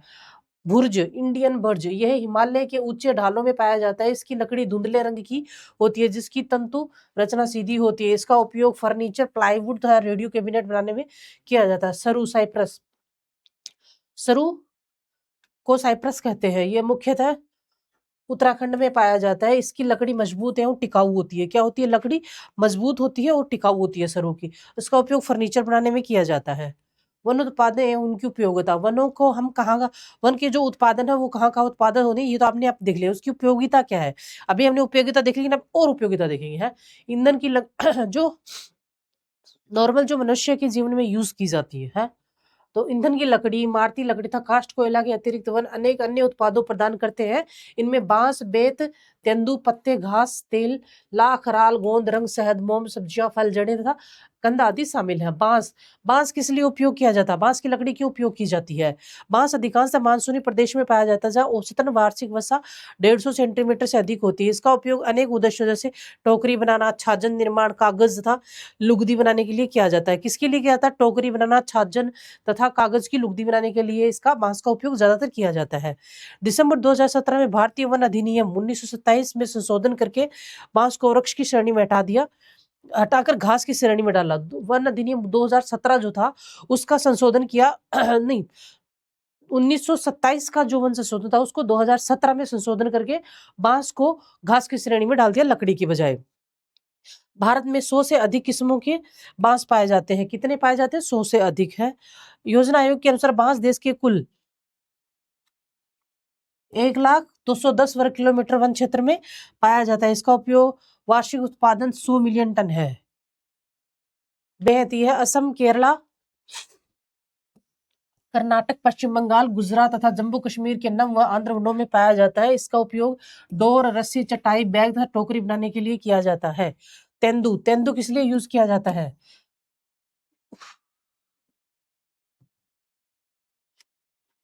तेंदु के पत्ते छत्तीसगढ़, झारखंड, ओडिशा, मध्य प्रदेश, पूर्वी राजस्थान में आंध्र प्रदेश प्राप्त किए जाते हैं। इसका उपयोग बीड़ी बनाने में किया जाता है। किसमें? बीड़ी बनाने में। पाया कहाँ जाता है? छत्तीसगढ़, झारखंड, उड़ीसा, मध्य प्रदेश, दक्षिण पूर्वी राजस्थान में, आंध्र प्रदेश में प्राप्त किया जाता है। घास, घास जो है भारतीय वनों में अनेक प्रकार की उपयोगी घासें पाई जाती है। कुछ प्रमुख घासें सवाई जो आर्द्र हिमालय तराई प्रदेश में, एलिफेंटा घास, इन घासों के नाम याद कर लेना अच्छे से। सवाई, एलिफेंटा घास और स्वीपर घास, उल्ला तथा पन्नी घासें इत्यादि। खसखस घास जो भरतपुर और सवाई माधोपुर में पाई जाती है। उपयोग गर्मी के दिनों में ठंडे पर्दों के लिए किया जाता है। गर्मी के दिनों में ठंडो पर्दों के लिए, मतलब वो जो कूलर वाली घास होती है ना, उसकी बात हो रही है। हाँ, रोसा, नींबू तथा अदरक की घासों में से औषधियां तथा सुगंधित तेल प्राप्त किए जाते हैं। कौन सी? रोसा, नींबू तथा अदरक की जो घास होती है उसका सुगंधित औषधियों तथा तेल में उपयोग किया जाता है। तेल, जड़ी बूटियों, पौधों तथा वृक्षों का उपयोग अनेक प्रकार के सुगंधित द्रव्य व तेल बनाने में किया जाता है। इसमें से प्रमुख है कपूर, लौंग, इलैंग, यूकलिप्टस का तेल, चमेली का तेल, खसखस का तेल, लेवेंडर का तेल, नींबू घास का तेल, पुदीने का तेल, चंदन का तेल, पंचोली का तेल और तारपीन का तेल तथा जायफल का तेल तथा चंपा का तेल आदि। इतने सारे तेल। भारत का पहला वन विश्वविद्यालय सितंबर 2022 में तेलंगाना विधानसभा द्वारा वानिकी विश्वविद्यालय अधिनियम 2022 में अनुवादित किया गया था। कब किया गया था? तेलंगाना विधानसभा द्वारा भारत का जो वन विश्वविद्यालय 2022 में अनुमोदित किया गया था। किसके द्वारा? तेलंगाना विधानसभा द्वारा। और इसके पश्चात भारत में अपनी तरह का पहला वानिकी विश्वविद्यालय तेलंगाना में स्थापित किया जा रहा है। इससे पूर्व वैश्विक स्तर पर रूस और चीन के 2 ऐसे देश हैं जहां वन विश्वविद्यालय अस्तित्व में है। भारत में बनने वाला है विश्व का तीसरा वन विश्वविद्यालय, मतलब वन विश्वविद्यालय तेलंगाना में विधानसभा द्वारा बनाया गया भारत के अंदर। उससे पहले चीन और इसके अंदर रूस के अंदर ऑलरेडी पहले से है। भारत जो है वो तीसरे नंबर पर है जिसने वन विश्वविद्यालय बनाया है। उसके बाद में है चमड़ा या स्लैक। यह केरिया लेका नाम से कीड़े द्वारा स्रावित किया जाता है। किससे? केरिया लेका किया जाता है, जो परपोषी वृक्ष जैसे पलास, पिप्पल, कुसुम, सीसो, कूल, गुल्लर, सीरस तथा बरगद के सरस द्वारा पोषित होते हैं। विश्व में लाख के उत्पादन में भारत का एकाधिकार है। क्या है?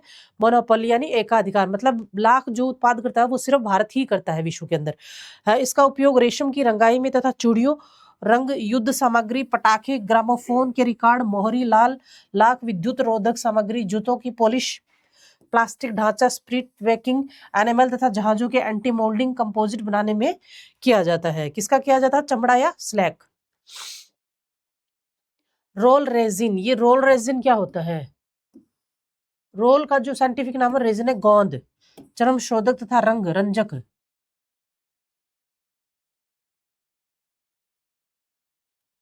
रोल जो है रोल को एनियोरिगेमिक प्रजाति की वनस्पति का निस्त्रावण है। कौन सी वनस्पति का?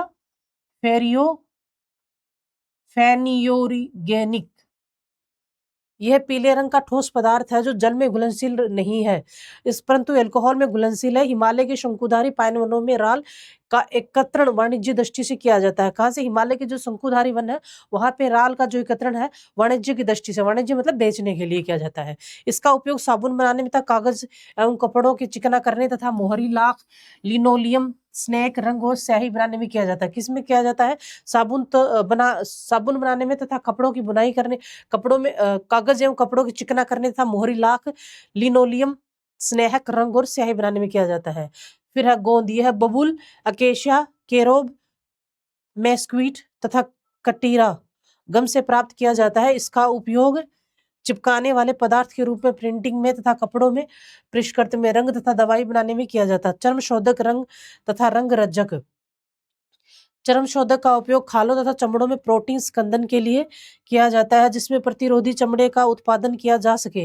हल्की वनस्पति चर्म शोधन की प्रधानता का चमड़ों के उत्पादन में देखी जा सकती है। चर्म शोधन मैग्रो, सुंदरी वृक्ष, ठाठ, अवरेम, सुमेक, अर्जुन, इंडियन आलमंड, बेर, कुड्डप्पा आलमंड, आंवला तथा चेस्टनट की छालों तथा धुमिया के पत्तों से प्राप्त होता है। कत्था, यह खेर वृक्ष की लकड़ी से प्राप्त किया जाता है जो उत्तराखंड, उत्तर प्रदेश, हिमाचल प्रदेश, मध्य प्रदेश, छत्तीसगढ़, झारखंड, गुजरात तथा बिहार में पाया जाता है। कहाँ है? कत्था जो ये खैर वृक्ष की जो लकड़ी होती है, किसकी? खैर वृक्ष की जो लकड़ी, उससे लकड़ी, खैर वृक्ष की जो लकड़ी उससे पाया जाता है।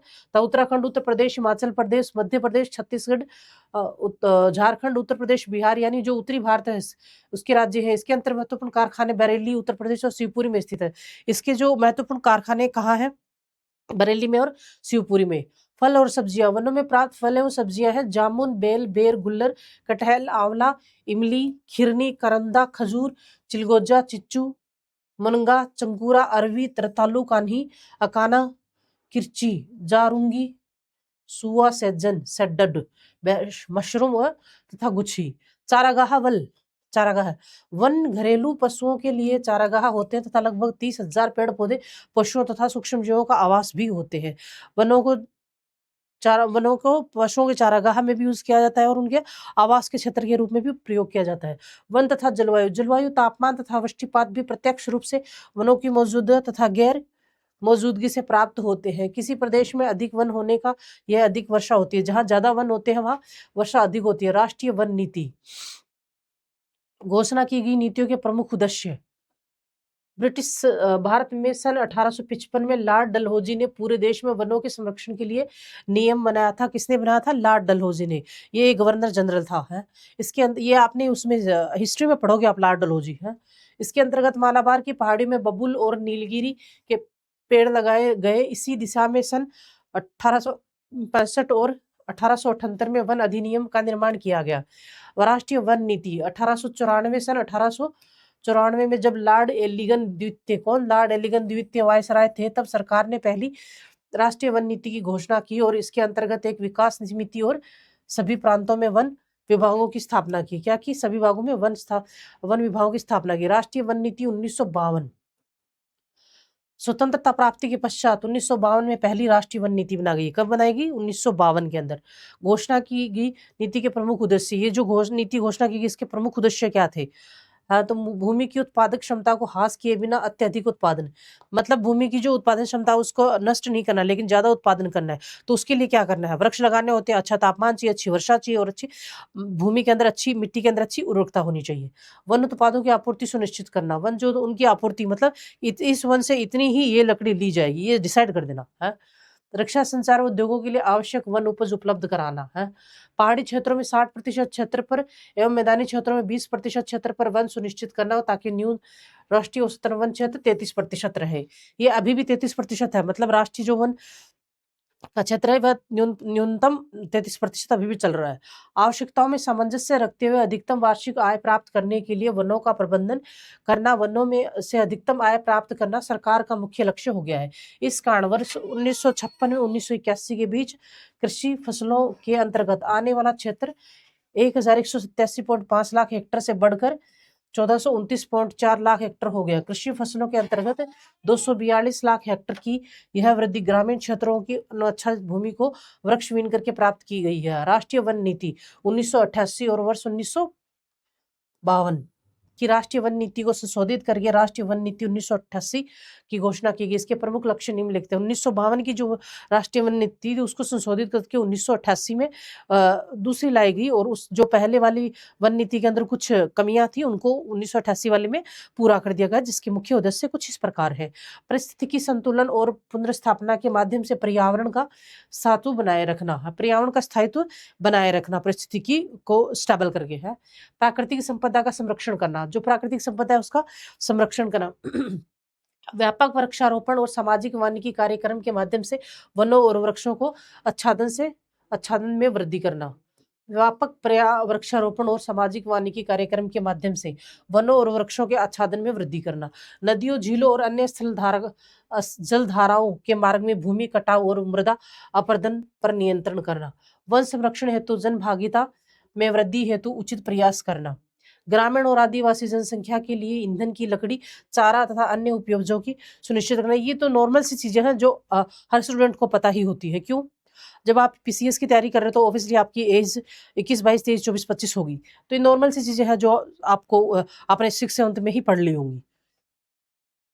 भारतीय वन सर्वेक्षण, यह पर्यावरण, वन एवं जलवायु परिवर्तन मंत्रालय भारत सरकार के अंतर्गत कार्यरत है, एक संगठन है। यद्यपि वर्ष 1965 में प्रारंभ किया गया तथा परंतु अपने वर्तमान स्वरूप में इसकी स्थापना वर्ष 1981 में की गई। इसका प्रमुख लक्ष्य देश के वन संसाधनों का सर्वेक्षण व मूल्यांकन करना है। वन अनुसंधान संस्थान देहरादून, वन अनुसंधान संस्थान कहाँ पे है? देहरादून के अंदर है।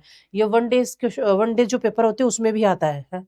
वन अनुसंधान संस्थान देहरादून की स्थापना वर्ष 1906 में इंपीरियल फॉरेस्ट रिसर्च इंस्टीट्यूट के रूप में की गई। इसका प्रमुख कार्य वन अनुसंधान करना एवं वन अधिकारियों तथा वन रेंजरों को प्रशिक्षित करना है। इसका कार्य क्या है? वन अनुसंधान करना, वन अधिकारियों तथा वन रेंजरों को प्रशिक्षित करना है।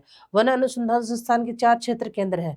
कोयम्बटूर में है, जो तमिलनाडु में। कोयम्बटूर कहाँ? तमिलनाडु के अंदर। और बर्नीहाट मेघालय के अंदर है। उसके बाद बेंगलुरु जो कर्नाटका के अंदर है, और जबलपुर जो मध्य प्रदेश में है। ये क्या है? वन अनुसंधान संस्थान के क्षेत्र है। राज्य वन विकास नीति, राज्य जो है उनकी वन विकास नीति कौन सी है? राष्ट्रीय कृषि आयोग 1972 के अंतर्गत की अंतरिम रिपोर्ट के आधार पर भारत के अनेक राज्यों में वन विकास निगमों की स्थापना की गई। इन निगमों का मुख्य लक्ष्य वन संपदाओं से जुड़े सरकार के व्यावसायिक हितों की रक्षा करते हुए अपक्षित वन क्षेत्रों की उत्पादकता को पुनः बढ़ाना है। किसके? राष्ट्रीय कृषि आयोग 1962 के अकॉर्डिंग हर राज्य के अंदर राष्ट्रीय वन नीति की स्थापना की गई, जिसका उद्देश्य था कि जो वनों का नष्ट हो रहा है, सिंपल लैंग्वेज में बताती हूँ, जो वनों का नष्ट हो रहा है उसको वापस पुनः स्थापना करना, और जो वन विभाग के अधिकारी है, रेंजर्स, को प्रशिक्षित करना है। बढ़ाना था, साथ ही किसानों को उनके वन उत्पादों की विपणन की सहायता प्रदान करना। वन जो उत्पाद होते हैं और जो किसानों के पास होते हैं उनको कितने रेट में कौन से बाजार में बेचना है, इन चीजों के लिए उनको प्रशिक्षित करना है। भारतीय वन प्रबंधन अनुसंधान भोपाल, वन प्रबंधन प्रबंधन संस्थान जो वो भोपाल में, भोपाल का है मध्य प्रदेश में। IIFM की स्थापना वर्ष 1982 में भोपाल में की गई। यह एक स्वायत्त संस्था है जो भारत सरकार के पर्यावरण और वन एवं जलवायु परिवर्तन मंत्रालय के अंतर्गत आता है। जो अधिकतर वनों से रिलेटेड जो संस्थाएं बनाई हुई हैं वो सारी पर्यावरण, वन एवं जलवायु परिवर्तन मंत्रालय के अंदर आएंगी है। यह संस्थान निम्नलिखित सेवाओं या संस्थाओं से संबंधित व्यक्तियों को वानिकी विकास के प्रबंधन का प्रशिक्षण करता है। किसका करता है? भारतीय वन सेवा, वन विभाग, भारतीय वन सेवा, वन विभाग और वन विकास निगम तथा वनों से संबंधित उपयोग। किससे? वनों से संबंधित उपयोग, वन विभाग और वन सेवा तथा वन विकास निगम। वन संरक्षण अधिनियम, वन संरक्षण यानी वनों को बचाव में जो अधिनियम बनाया गया वो है। केंद्रीय सरकार ने वर्ष 1980 में वन संरक्षण अधिनियम पारित कर लागू किया, जिसके अनुसार किसी भी वन भूमि को सरकार की अनुमति के बिना कृषि भूमि में परिवर्तन नहीं किया जा सकता। वनों की जो भूमि है कब किया गया? ये 1980 के अंदर सरकार ने लागू किया ये, और सरकार ने बोला कि जो वनों की भूमि है उसे आप वन काट के कृषि में परिवर्तन नहीं कर सकते, क्योंकि हमारी जो भारत की पब्लिक है ना वो जुगाड़ू बहुत ज्यादा है। इसलिए वर्षा 1988 में इस अधिनियम के संशोधन कर इसे और प्रभावी बनाया गया। 1900 वर्ष 1900 वर्षा नहीं वर्ष है वो, वर्ष 1988 में इसे वापस नया बनाया गया, संशोधित करके और नई नीतियां इसके अंदर लागू की गई। अब ये सामाजिक वानिकी क्या है? ग्रामीण क्षेत्रों में निवासियों, कृषकों एवं कृषि निर्मिकों को चारा, भोजन, फल, रेशे, जैविक उर्वरकों जैसी 5 बुनियादी आवश्यकताओं की पूर्ति स्थानीय स्तर पर कराए जाने एवं पर्यावरणीय क्षति का कम करने के उद्देश्य से ग्राम समाज की खाली पड़ी भूमि पर बड़े पैमाने पर वृक्षारोपण कराए जाते हैं। ग्रामीण क्षेत्र के जो निवासी और जो कृषक हैं उनको, श्रमिकों को चारा, जो श्रमिक होते हैं उनको चारा, भोजन, फल और रेशे व जैविक उर्वरक जैसी बुनियादी 5 बुनियादी आवश्यकताओं की पूर्ति करने के लिए जो गाँव में खाली भूमि पड़ी होती है उसके ऊपर पेड़ लगाए जाते हैं। या फिर जो खेती करते हैं, खेती के साथ में जो मेड़ होती है उसके ऊपर पेड़ लगाए जाते हैं, या फिर खेती के साथ-साथ में भी पेड़ लगाए जाते हैं और एक समूह में लगाए जाते हैं लोगों के द्वारा। समूह में मतलब काफ़ी सारे लोगों को वो काम दिया जाता है कि आप ये काम करो। तो उससे जो आमदनी आती है वो भी उन्हीं लोगों को दी जाती है और उसके अलावा अगर सरकार कुछ देना चाहती है वो भी उन्हीं लोगों को देती है, जिससे उन लोगों का जो है दैनिक चर्या वो अच्छी चलती है। उनकी जो आवश्यकताएँ हैं जैसे चारा की, फल की, रेशे, भोजन की वो पूर्ति हो जाती है। हैं? तो पैमाने पर वृक्षारोपण कराए जाने की नीति एवं तत्संबंधित कार्यक्रम को सामाजिक वानिकी के नाम से जाना जाता है। किसको जाना जाता है? तो ये देखिए, ग्रामीण क्षेत्र में निवासियों, कृषकों व कृषि श्रमिकों को चारा, भोजन, फल, रेशे और जैविक उर्वरकता जैसी 5 बुनियादी आवश्यकताओं की पूर्ति स्थानीय स्तर पर कराए जाने तथा पर्यावरण क्षति को कम करने के उद्देश्य से ग्राम समाज की खाली पड़ी भूमि पर बड़े पैमाने पर वृक्षारोपण कराए जाने की नीति एवं सतत संबंधित कार्यक्रमों को सामाजिक वानिकी के नाम से जाना जाता है। इसके अंतर्गत समाज के सभी लोगों को उनकी खाली पड़ी भूमि पर वृक्षारोपण करने के लिए भी प्रेरित किया जाता है। राष्ट्रीय कृषि आयोग द्वारा, कौन सा आयोग? राष्ट्रीय कृषि आयोग द्वारा 1976 में सामाजिक वानिकी को निर्धारित किया गया था। इसके उद्देश्य क्या है? भूमि संरक्षण एवं मृदा की उर्वरता शक्ति को बढ़ाना, फलोत्पादन में वृद्धि द्वारा खाद्य संसाधनों की वृद्धि में योगदान देना, ईंधन और चारा की उपलब्धता में वृद्धि करना, पर्यावरण संरक्षण के प्रति सामूहिक चेतना बढ़ाना,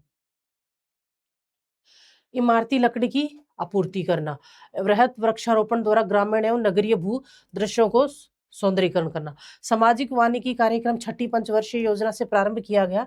तब से लेकर वर्तमान तक सामाजिक वानिकी के 3 संगठक तैयार किए गए। कितने किए गए? सामाजिक वानिकी के 3 संगठक तैयार किए गए। जब से शुरू की गई थी छठी पंचवर्षीय योजना तब से लेके अब तक। कृषि वानिकी, इसमें कृषि वन विभाग द्वारा सस्ती दरों पर उपलब्ध कराए गए पौधों को अपने खेतों तथा उनके मेड़ों पर लगाया जाता है। खेतों तथा जो कृषि वानिकी ज्यादा वृक्ष दिए जाते हैं उनको खेतों में या अपनी उनकी मेड़ों पर किसानों द्वारा लगाया जाता है। सार्वजनिक वानिकी, वन विभाग द्वारा तीव्र गति से बढ़ने वाले पेड़ों को सड़क, रेल, नहरों, किनारों और सार्वजनिक क्षेत्रों पर लगाया जाता है। जो तेजी से वृक्ष बढ़ जाते हैं ना उनको, जिसका उद्देश्य समुदाय के लोगों को आवश्यकताओं की पूर्ति करना है। सामुदायिक वानिकी, ग्रामीण द्वारा ग्राम, समाज और भूमि पर वृक्षारोपण एक सामाजिक वानिकी का स्वयं नियोजित कार्यक्रम है। ग्रामीणों द्वारा ग्राम समाज की भूमि पर वृक्षारोपण एवं सामाजिक वानिकी का स्वयं नियोजन कार्यक्रम है। क्या है? स्वयं नियोजन कार्यक्रम है। उपयुक्त अभियान के समीक्षा उपरांत विदित होता है कि सामाजिक वानिकी योजना आंशिक रूप से ही सफल रही। वृक्षारोपण के लिए वृक्षों का चयन व समुचित व्यवस्था नहीं की गई। आवंटित धन का दुरुपयोग, वृक्षों की अवैध कटाई आदि को कमजोरी व्याप्त होती है। अवैध कटाई आदि कमजोरियां व्याप्त है। मतलब इसके अंदर अवैध कटाई भी होती है, जो सामाजिक वानिकी हम करते हैं इसमें। हर चीज़ का जो बोनस पॉइंट होता है उसका कुछ ना कुछ वीक पॉइंट सभी में होता है। ऐसा कोई भी चीज़ नहीं है जिसमें बोनस पॉइंट ही हो और वीक पॉइंट ना हो। कृषि वानिकी, ऐसी भूमि उपयोग प्रणाली है। कृषि वानिकी क्या है? कृषि के साथ वानिकी, मतलब आप कृषि भी कर रहे हो, उसके साथ में आपने वृक्ष भी लगा दिए, तो जो खरपतवार उस कृषि की हो रही है, वो उन वृक्षों की भी हो रही है। उसके लिए आपको एक्स्ट्रा से मेहनत करने की ज़रूरत नहीं पड़ रही है कि वनों के जो पेड़ आपने लगाए, उसकी अलग से खरपतवार करनी पड़ रही है, अलग से पानी देना पड़ रहा है, अलग से खाद देनी पड़ रही है। और आपने जो कृषि लगाई, कृषि की है, उसके लिए अलग से खाद देनी पड़ रही है, खरपतवार करनी पड़ रही है या फिर पानी देना पड़ रहा है। दोनों को मिक्स करके लगाने से दोनों की एक साथ ही हो जाती है। किसान की जो मेहनत है वो बच जाती है, इनकम जो है वो डबल हो जाती है। ऐसी भूमि उपयोग प्रणालियाँ औद्योगिक है, जिसमें लाभदायक वृक्षों के साथ-साथ विभिन्न तत्वों की फसलें भी उगाई जाती हैं, कृषि वानिकी संज्ञा से अभिहित की जाती हैं। इस खेती की पद्धति में सभी प्रबंधन, सिंचाई, उर्वरक, खरपतवार एवं कीट व्यापी नियंत्रण एक साथ किए जा सकते हैं। अलग से पेड़ों के लिए कुछ नहीं करना पड़ता और उत्पादन के रूप में ईंधन की लकड़ी, हरा चारा, छाया आदि भी उपलब्ध हो जाते हैं। कृषि का जोखिम घट जाता है और भूमि को उपयोगिता बढ़ जाती है। कृषि वानिकी के उद्देश्य, कृषि जो वानिकी इसके उद्देश्य क्यों, मतलब क्यों की गई ये चीज़ है? वर्षा का प्रभावी उपयोग करके अधिक से अधिक उत्पादन लेना। वर्षा का प्रभावी उपयोग करके अधिक से उत्पादन सबसे ज़्यादा लेना, यही ज़्यादा करके हर एक चीज़ का उद्देश्य होता है। अयोग्य बंजर भूमि का वैकल्पिक उपयोग करना, जो बंजर भूमि है, उसमें आप पेड़ लगा सकते हो। अगर वहाँ खेती नहीं होती, आप पेड़ लगा सकते हो। बेरोज़गार एवं कृषि श्रमिकों को रोज़गार अवसर प्रदान करना, जो लोग गाँव में बेरोज़गार हैं, उनको धंधा मिल जाएगा। पर्यावरण परिस्थिति की जलवायु को सुव्यवस्थित का सुधार करना। पर्यावरण परिस्थिति और जलवायु को सुव्यवस्थित किया जा सकता है इसके द्वारा। कृषि वानिकी का के स्वरूप, कृषि के कितने स्वरूप हैं, मतलब कृषि वानिकी जो उसके अंदर कौन-कौन सी चीज़ें आती हैं, कौन-कौन से कार्य हैं जो कृषि वानिकी में हम गिन सकते हैं। अगर हमें कोई पूछे कि कृषि वानिकी के कार्य गिनाइए, कौन-कौन से कार्य हैं जो कृषि वानिकी में आप आते हैं, इंक्लूड किए जाते हैं कृषि वानिकी के अंदर, तो हम उसके अंदर ये सारी चीज़ें बताएँगे। कौन-सी? एग्रो सिल्वीकल्चर, इसके अंदर आता है फसलों व ईंधन के पेड़ जैसे आलू और पापलर। एग्रो हॉर्टिकल्चर, इसमें फसलें और फल वृक्ष, फसलें भी होती हैं और फलों के वृक्ष होते हैं। और एग्रो सिल्वीकल्चर में फसलें और ईंधन के पेड़ होते हैं, जैसे मसूर और प्लस आंवला। एग्रो सिल्वी पास्चुरल, फसलें, पेड़ और चारागाह और पशु, ये चारों चीजें एग्रो सिल्वी पास्चुर में इंक्लूड की जाती हैं। एग्रो हॉर्टी सिल्वीकल्चर, इसमें फसलें, फल और ईंधन के पेड़ होते हैं। 3 प्रकार के पेड़ होते हैं, कौन सी? एग्रो हॉर्टी सिल्वीकल्चर के अंदर फसलें, फल, ईंधन के पेड़। सिल्वी पास्चुरल, पेड़ प्लस चारागाह प्लस पशु। खेतों को टिकाऊ बनाने में कृषि वानिकी अहम भूमिका निभा सकती है। संगठन पद्धति के अपनाने से, उचित फसल चक्र नहीं अपनाने से, अंधाधुंध रसायनों के छिड़काव से, उर्वरकों के असंतुलित प्रयोग से और भू रक्षण आदि से भूमि की उर्वरकता घटी है। उर्वरकों का फसल उत्पादन के प्रति प्रभाव घटा है।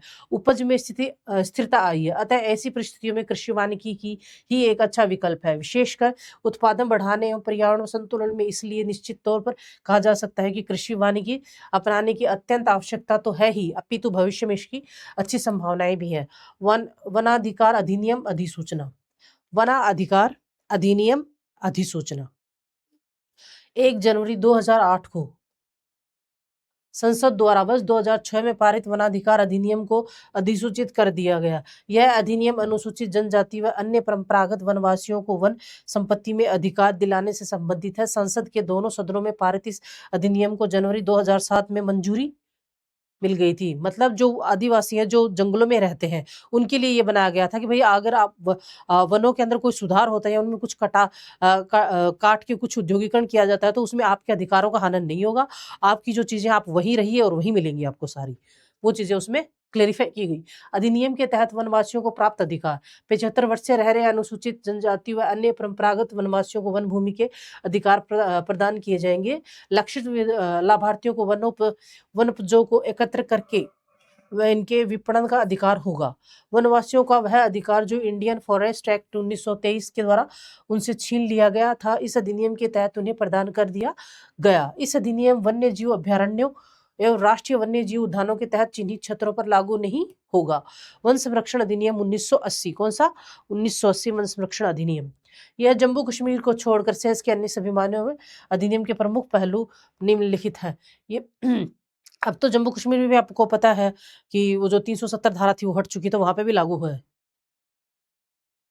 राज्य सरकार वनों का प्रयोग केवल वानिकी कार्यों के लिए करेगी, अन्यथा उसे केंद्रीय सरकार से अनुमति लेनी होगी। मतलब राज्य सरकार अपनी मर्जी से वनों में कुछ परिवर्तन नहीं कर सकती, उन्हें केंद्र सरकार से अनुमति लेनी होगी। एक सलाहकार समिति सभी प्रकार के वनों के संरक्षण के लिए उचित धनराशि उपलब्ध कराएगी। एक सलाहकार समिति होगी जो वनों के अंदर जितना खर्चा लगा उसकी राशि उपलब्ध कराएगी। वानिकी से अलग कोई भी अवैध कार्य वन के अंदर हो तो उसे तुरंत रोकना चाहिए। वानिकी के अलावा अगर कोई अवैध कार्य हो रहा है तो उसे रोकना होगा। 1972 के वन अधिनियम इस अधिनियम में कुछ संशोधन किए गए जिसके अंतर्गत निम्नलिखित परिवर्तन हुए। 1972 में वन अधिनियम में कुछ और परिवर्तन आए। जैसे होता है क्या कि जैसे जैसे चीजों की डिमांड होती रहती है ना, वैसे वैसे अधिनियमों में सुधार हो सकता रहता है, संशोधन होते रहते हैं कि अभी ऐसा वक्त ऐसा टाइम चल रहा है तो इसमें ये सुधार और किए जाए, तो उसमें संशोधन कर दिया जाता है, उसमें और नई चीजें एड ऑन जोड़ दी जाती है।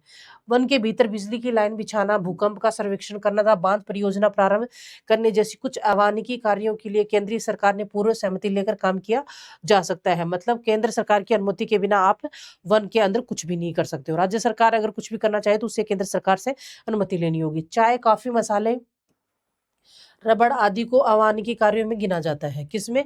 चाय, कॉफी, रबड़ और मसाले। यदि फल वाले वृक्ष, तेल देने वाले या औषधि प्रदान करने वाले पेड़ भी लगाने हो तो वहां के पूर्ववर्त पेड़ों को काटकर ऐसा करने का प्रावधान नहीं है। इसके लिए केंद्रीय सरकार की अनुमति लेनी पड़ेगी। मतलब आपको कुछ भी कितने भी अगर कोई भी पर मारना है वनों के अंदर तो कुछ भी कार्य करने से पहले आपके पास केंद्र सरकार के पास जाना पड़ेगा। टसर सिल्क के लिए रेशम के कीड़ों का पालन हमारे देश के लिए आदिवासियों का प्राचीन पेशा है, परंतु इस अधिनियम के अंतर्गत इस बात पर बल दिया गया है कि कीड़ों का पालन अर्जुन अथवा आसन जैसे एक प्रकार के पेड़ पर न करके मिश्र प्रजाति के पेड़ों पर किया जाना चाहिए। मतलब दो पेड़ों को ज्यादा प्रोत्साहन देने की बजाय आप हर एक पेड़ के ऊपर रेशम के कीटों का पालन कीजिए, ना कि अर्जुन और आसन के ऊपर ही जो पेड़ होते हैं उन्हीं के ऊपर करेंगे आप, हैं सभी के ऊपर कीजिए। अलग अलग टाइप के जो है वो पेड़ लगाइए जिस पे आप रेशम का उत्पादन कर सको कीड़ों का, और फिर कीजिए। रेशम के लिए कीड़ों का पालन करने के लिए केवल शहतूत के पेड़ों का लगाना भी एक गैर वानिकी कार्य माना जाएगा, क्योंकि इससे वनों की विविधता नष्ट होती है। मोनोकल्चर यानी एक प्रजाति को बढ़ावा मिलता है। मतलब आप एक ही प्रजाति का पेड़ नहीं लगा सकते कि आपको उसकी जरूरत है, आपको अलग अलग टाइप के लगाने होंगे जो पर्यावरण की दृष्टि से उचित नहीं है। वन के अंदर खनन को गैर वानिकी माना गया। खनन को वन के अंदर क्या माना गया है? गैर वानिकी माना गया है। एकीकृत वन संरक्षण योजना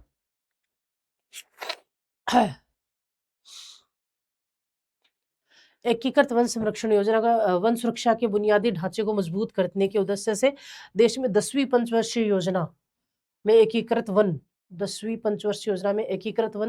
संरक्षण को विशेष महत्व दिया गया। इसके तहत जहां विलुप्त हो रही वनस्पतियों और पौधों को संरक्षण दिया गया, वहीं उन प्रजातियों को उन्मूलन और नियंत्रण के उपाय भी सुनिश्चित किए गए जो वनों को क्षति पहुंचाते हैं। इसके तहत बांस की खेती से जुड़ी चुनौतियां और परिस्थितियां संतुलन पर भी ध्यान दिया गया। चिपको आंदोलन क्या है? उत्तराखंड के अंदर ये चिपको आंदोलन हुआ था सुंदर बहुगुणक जो थे उनके नेतृत्व में। वहां पे जब क्या कहते हैं वनों की कटाई शुरू हुई तो वहां की जो लोग थे वो उन पेड़ों के चिपक गए कि हम इसे काटने नहीं देंगे। इसके मतलब उनको वनों को बचाने के लिए वहां पे ये आंदोलन हुआ था। भारत में हरियाली की सनातनी संस्कृति रही है और जब जब इस संस्कृति पर संकट आया है यहाँ का जनमानस उद्वेलित व आंदोलित हुआ है। उत्तराखंड के ग्रामीणों व महिलाओं द्वारा चलाया गया चिपको आंदोलन भी पेड़ों व हरियाली को बचाने के लिए वर्ष 1972 में शुरू किया गया, जब उत्तराखंड उत्तर प्रदेश का ही एक हिस्सा था। उत्तराखंड उस वक्त उत्तर प्रदेश का ही एक हिस्सा था। चिपको आंदोलन की शुरुआत उत्तराखंड के टिहरी गढ़वाल जनपद से हुई और वर्ष 1978 में पेड़ों को बचाने के लिए महिलाओं ने न सिर्फ गिरफ्तारियां दी बल्कि गोलियां का भी सामना किया। चिपको आंदोलन के प्रेरणा स्रोत जाने माने पर्यावरण सुंदरलाल बहुगुणक थे। टिहरी गढ़वाल का नवजीवन आश्रम इस आंदोलन का मुख्य केंद्र था। कौन सा? नवजीवन आश्रम जो मुख्य केंद्र था। सुंदरलाल बहुगुणक द्वारा प्रेरित इन आंदोलनों को अंतर्राष्ट्रीय ख्याति मिली। राष्ट्रीय बांस मिशन का पुनर्गठन। राष्ट्रीय जो बांस मिशन है, बांस यानी बांस लकड़ी है ना अपन जो पीछे पढ़कर आए हैं, 25 अप्रैल 2018 को प्रधानमंत्री की अध्यक्षता में आर्थिक मामलों पर मंत्रिमंडलीय समिति ने सतत कृषि हेतु राष्ट्रीय मिशन के अंतर्गत केंद्र प्रायोजित पुनर्गठन राष्ट्रीय बांस मिशन को स्वीकृति प्रदान की। यह मिशन संपूर्ण मूल्य श्रृंखला बनाकर तथा उत्पादों का उद्योग के साथ साथ प्रभावी संपर्क स्थापित करके बांस क्षेत्र का संपूर्ण विकास सुनिश्चित करेगा। केंद्रीय एवं राज्य सरकार का हिस्सा 90:10 के अनुसार में है। इस योजना के प्रत्यक्ष व अप्रत्यक्ष रूप से किसानों, स्थानीय कारीगरों और बांस क्षेत्र में काम करने वाले अन्य लोगों को लाभ होगा। किसको होगा? जो स्थानीय क्षेत्र और जो किसान है, स्थानीय कारीगर है और जो बांस के क्षेत्र में काम करते हैं, उनको इससे लाभ होगा। राष्ट्रीय बांस मिशन ये केंद्र प्रायोजित परियोजनाओं के रूप में वर्ष 2006 और 7 में प्रारंभ किया गया। 2014-15 के दौरान इस मिशन को बागवानी के एकीकृत विकास हेतु मिशन के अंतर्गत शामिल किया गया। मिशन यानी mission for integrated development of horticulture. क्या? Mission for integrated development of horticulture. विश्व बांस संगठन द्वारा 18 सितंबर को विश्व बांस के रूप में मनाया जाता है। बांस को प्राय हरा सोना कहा जाता है। क्या कहा जाता है? बांस को हरा सोने के नाम से भी बांस को जाना जाता है। भारत में प्रमुख वानिकी शोध संस्थान, भारत के जो वानिकी शोध संस्थान भारत पूरे देश के कौन कौन से हैं? तो फॉरेस्ट रिसर्च इंस्टीट्यूट देहरादून में इसका क्षेत्र और राज्य उत्तराखंड है। और arid forest research institute Jodhpur इसका क्षेत्र है और राजस्थान में है। Institute of wood science and technology Bengaluru Karnataka के अंदर। Rain forest research institute Jorhat Rajasthan के अंदर है। फिर है institute of forest genetic and tree breeding Coimbatore Tamil Nadu. Centre of social forest and eco rehabilitation Prayagraj Uttar Pradesh. Himalayan forest research institute Shimla Himalaya Pradesh. Advance centre for biotechnology and mangrove forest Hyderabad Telangana. Tropically forest research institute Jabalpur Madhya Pradesh. Institute of forest research and human resources development Chhindwara Madhya Pradesh. Institute for forest productivity Ranchi Jharkhand. Indian plywood institute research and training institute Bengaluru Karnataka. Indian institute of forest management Bhopal Madhya Pradesh. GB Pant Himalaya पर्यावरण एवं विकास संस्थान अल्मोड़ा उत्तराखंड। उष्णकटिबंधीय वनस्पति उद्यान अनुसंधान संस्थान तिरुवनंतपुरम और केरल। उपयुक्त नवीन अनुसंधान केंद्रों के अतिरिक्त कई वन्य जीव अनुसंधान केंद्र भी स्थापित किए गए। इनमें भारतीय वन्य जीव अनुसंधान देहरादून, सलीम अली पक्षी विज्ञान तथा प्राकृतिक इतिहास केंद्र कोयम्बटूर महत्वपूर्ण है। राष्ट्रीय पर्यावरण अभियांत्रिकी संस्थान नागपुर में स्थित है तथा पारिस्थितिकी अनुसंधान केंद्र बेंगलुरु में। भारत में वानिकी विस्तार लक्ष्य पूरा करने हेतु भारत सरकार द्वारा कई वानिकी कार्यक्रम चलाए गए। इन कार्यक्रमों के सामाजिक वानिकी कार्यक्रम सबसे प्रमुख है। इसे परिणाम स्वरूप भारत में वन क्षेत्रों में सतत वृद्धि हुई। क्या हुई? वन क्षेत्रों में सतत वृद्धि हुई।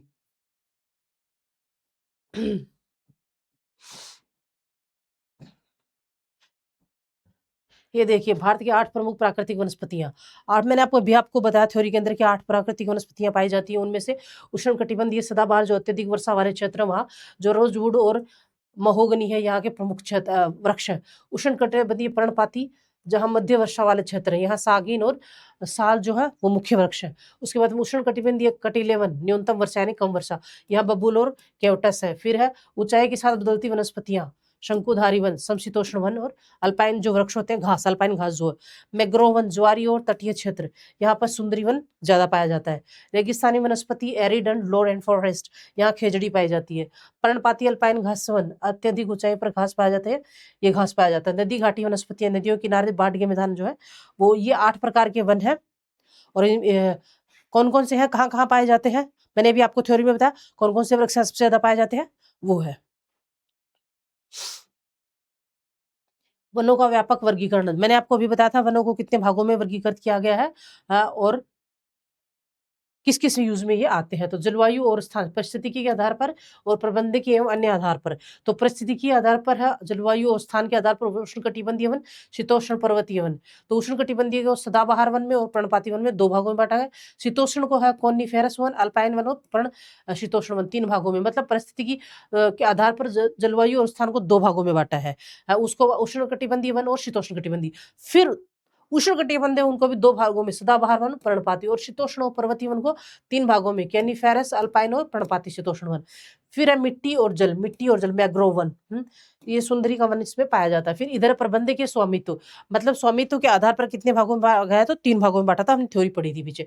सरकारी वन, सामुदायिक वन और निजी वन, मतलब कौन कौन से वन में आप क्या क्या कार्य कर सकते हैं, कहाँ लकड़ी लेना है, कहाँ क्या है पशुचारण करना करा सकते हो, कहाँ नहीं करा सकते, बिल्कुल प्रतिबंधित क्षेत्र है, वो इसमें हमने पढ़ा था अभी। फिर है उपयोग के आधार पर, मतलब वनों का कौन कौन सा उपयोग के आधार पर, आरक्षित वन और संरक्षित वन, ग्रामीण वन, संरक्षित वन और ग्रामीण वन है। फिर है उपयोग के आधार पर आरक्षित वन है, उत्पत्ति के आधार पर, मतलब उत्पत्ति कैसे हुई उसके आधार पर, हमने अभी पीछे पढ़ा था, है आरक्षित वन, संरक्षित वन, ग्रामीण वन, आरक्षित वन के आधार पर। फिर प्राकृतिक वन और रोपित वन, प्राकृतिक वन जो अपने आप से रोपित जो मनुष्य द्वारा किया जाता है, जिसमें हमने पढ़ा था बागवान किसे कहते हैं, बाग किसे कहते हैं, उद्यान किसे कहते हैं, वो वाला यहाँ। फिर है वनों का व्यापक उपयोगिता एवं जीवन परिरक्षक प्रणाली। फिर पारिस्थितिकी एवं प्रत्यक्ष उपयोगिता, सामाजिक, आर्थिक एवं दीर्घकालिक उपयोग है। तो पारिस्थितिकी सेवाओं के अंदर जलवायु नियंत्रण, जल संरक्षण, जलवायु नियंत्रण, जल संरक्षण है। और प्रत्यक्ष आर्थिक संसाधन में निजी संरक्षण, जैव विविधता आवास, निधि संरक्षण, मिट्टी संरक्षण और जैव विविधता आवास। प्रत्यक्ष आर्थिक संसाधन, इमारती लकड़ी, गैर इमारती वन और ईंधन चारा, इमारती लकड़ी, गैर इमारती वन उत्पादन, ईंधन और चारा। फिर इधर दे रखा है सामाजिक, सांस्कृतिक और आध्यात्मिक महत्व, जनजातीय जीवन, आध्यात्मिक स्थल और पर्यटन और मनोरंजन के लिए भी वनों का उपयोग हम करते हैं। तो है जनजातीय जीवन है, आध्यात्मिक स्थल, पर्यटन और मनोरंजन। आध्यात्मिक स्थल के अंदर जलवायु परिवर्तन का मुकाबला, कार्बन सिंक, जलवायु परिवर्तन का मुकाबला, बाढ़ नियंत्रण और वायु शुद्धि के लिए भी वनों का क्या जाता है, क्योंकि वायु शुद्धि का मतलब ये हुआ कि जहाँ ज्यादा वन होंगे वहां ऑक्सीजन अच्छी होगी, क्लाइमेट अच्छा होता है, मौसम अच्छा होता है। और वन अच्छे होंगे तो वहाँ का पारिस्थितिकी तंत्र भी अच्छा होता है, जैसा कि मैंने आपको बताया है। वह पेड़ पौधे क्या है, ऑक्सीजन छोड़ते हैं और हम लोग जो कार्बन छोड़ते हैं। तो अगर जहाँ ज्यादा वन होंगे वहाँ क्लाइमेट अच्छा हो, क्यों? तो ऑक्सीजन छोड़ेंगे जो हम लेंगे और हम जो छोड़ते हैं वो पेड़ पौधे कार्बन ले लेते हैं, तो वहाँ का क्लाइमेट अच्छा होगा, शांत होगा, कूल होगा। इसलिए लोग पुराने जमाने में लोग वनों में जाते थे शिक्षा पाने के लिए, और क्या कहते हैं समाधि वगैरह लेते तो वनों में जाके लेते, क्योंकि वहाँ का माहौल शांत होता है और मौसम बिल्कुल क्लियर होता है, बिल्कुल अच्छा साफ सुथरा होता है मौसम, पोल्यूशन वगैरह नहीं होता है। ओके, तो हाँ ये जो प्राकृतिक संसाधन थे उसके अंदर प्राकृतिक वनस्पतियों का जो एक सब पॉइंट था उसको मैंने आज क्लियर कर दिया है। अगर आपको कुछ नहीं समझ में आता है कमेंट बॉक्स में कमेंट कर दीजिए, और इसको शेयर, सब्सक्राइब और लाइक कीजिए। और ज़्यादा फोकस कर आपको लेक्चर पर और पढ़ाई पर करना है। ज़्यादा जो फोकस रखना है वो पढ़ाई पर रखना है, कि आपको ये टॉपिक अच्छे से समझ में आए और इसको अच्छे से समझ लेना। नहीं समझ आता है तो आप कमेंट करके मुझे बता सकते हैं कि आपको जहाँ प्रॉब्लम है मैं आपको सॉल्व करूँगी, है। और बाकी फिर मिलेंगे नेक्स्ट क्लास के अंदर। Thank you.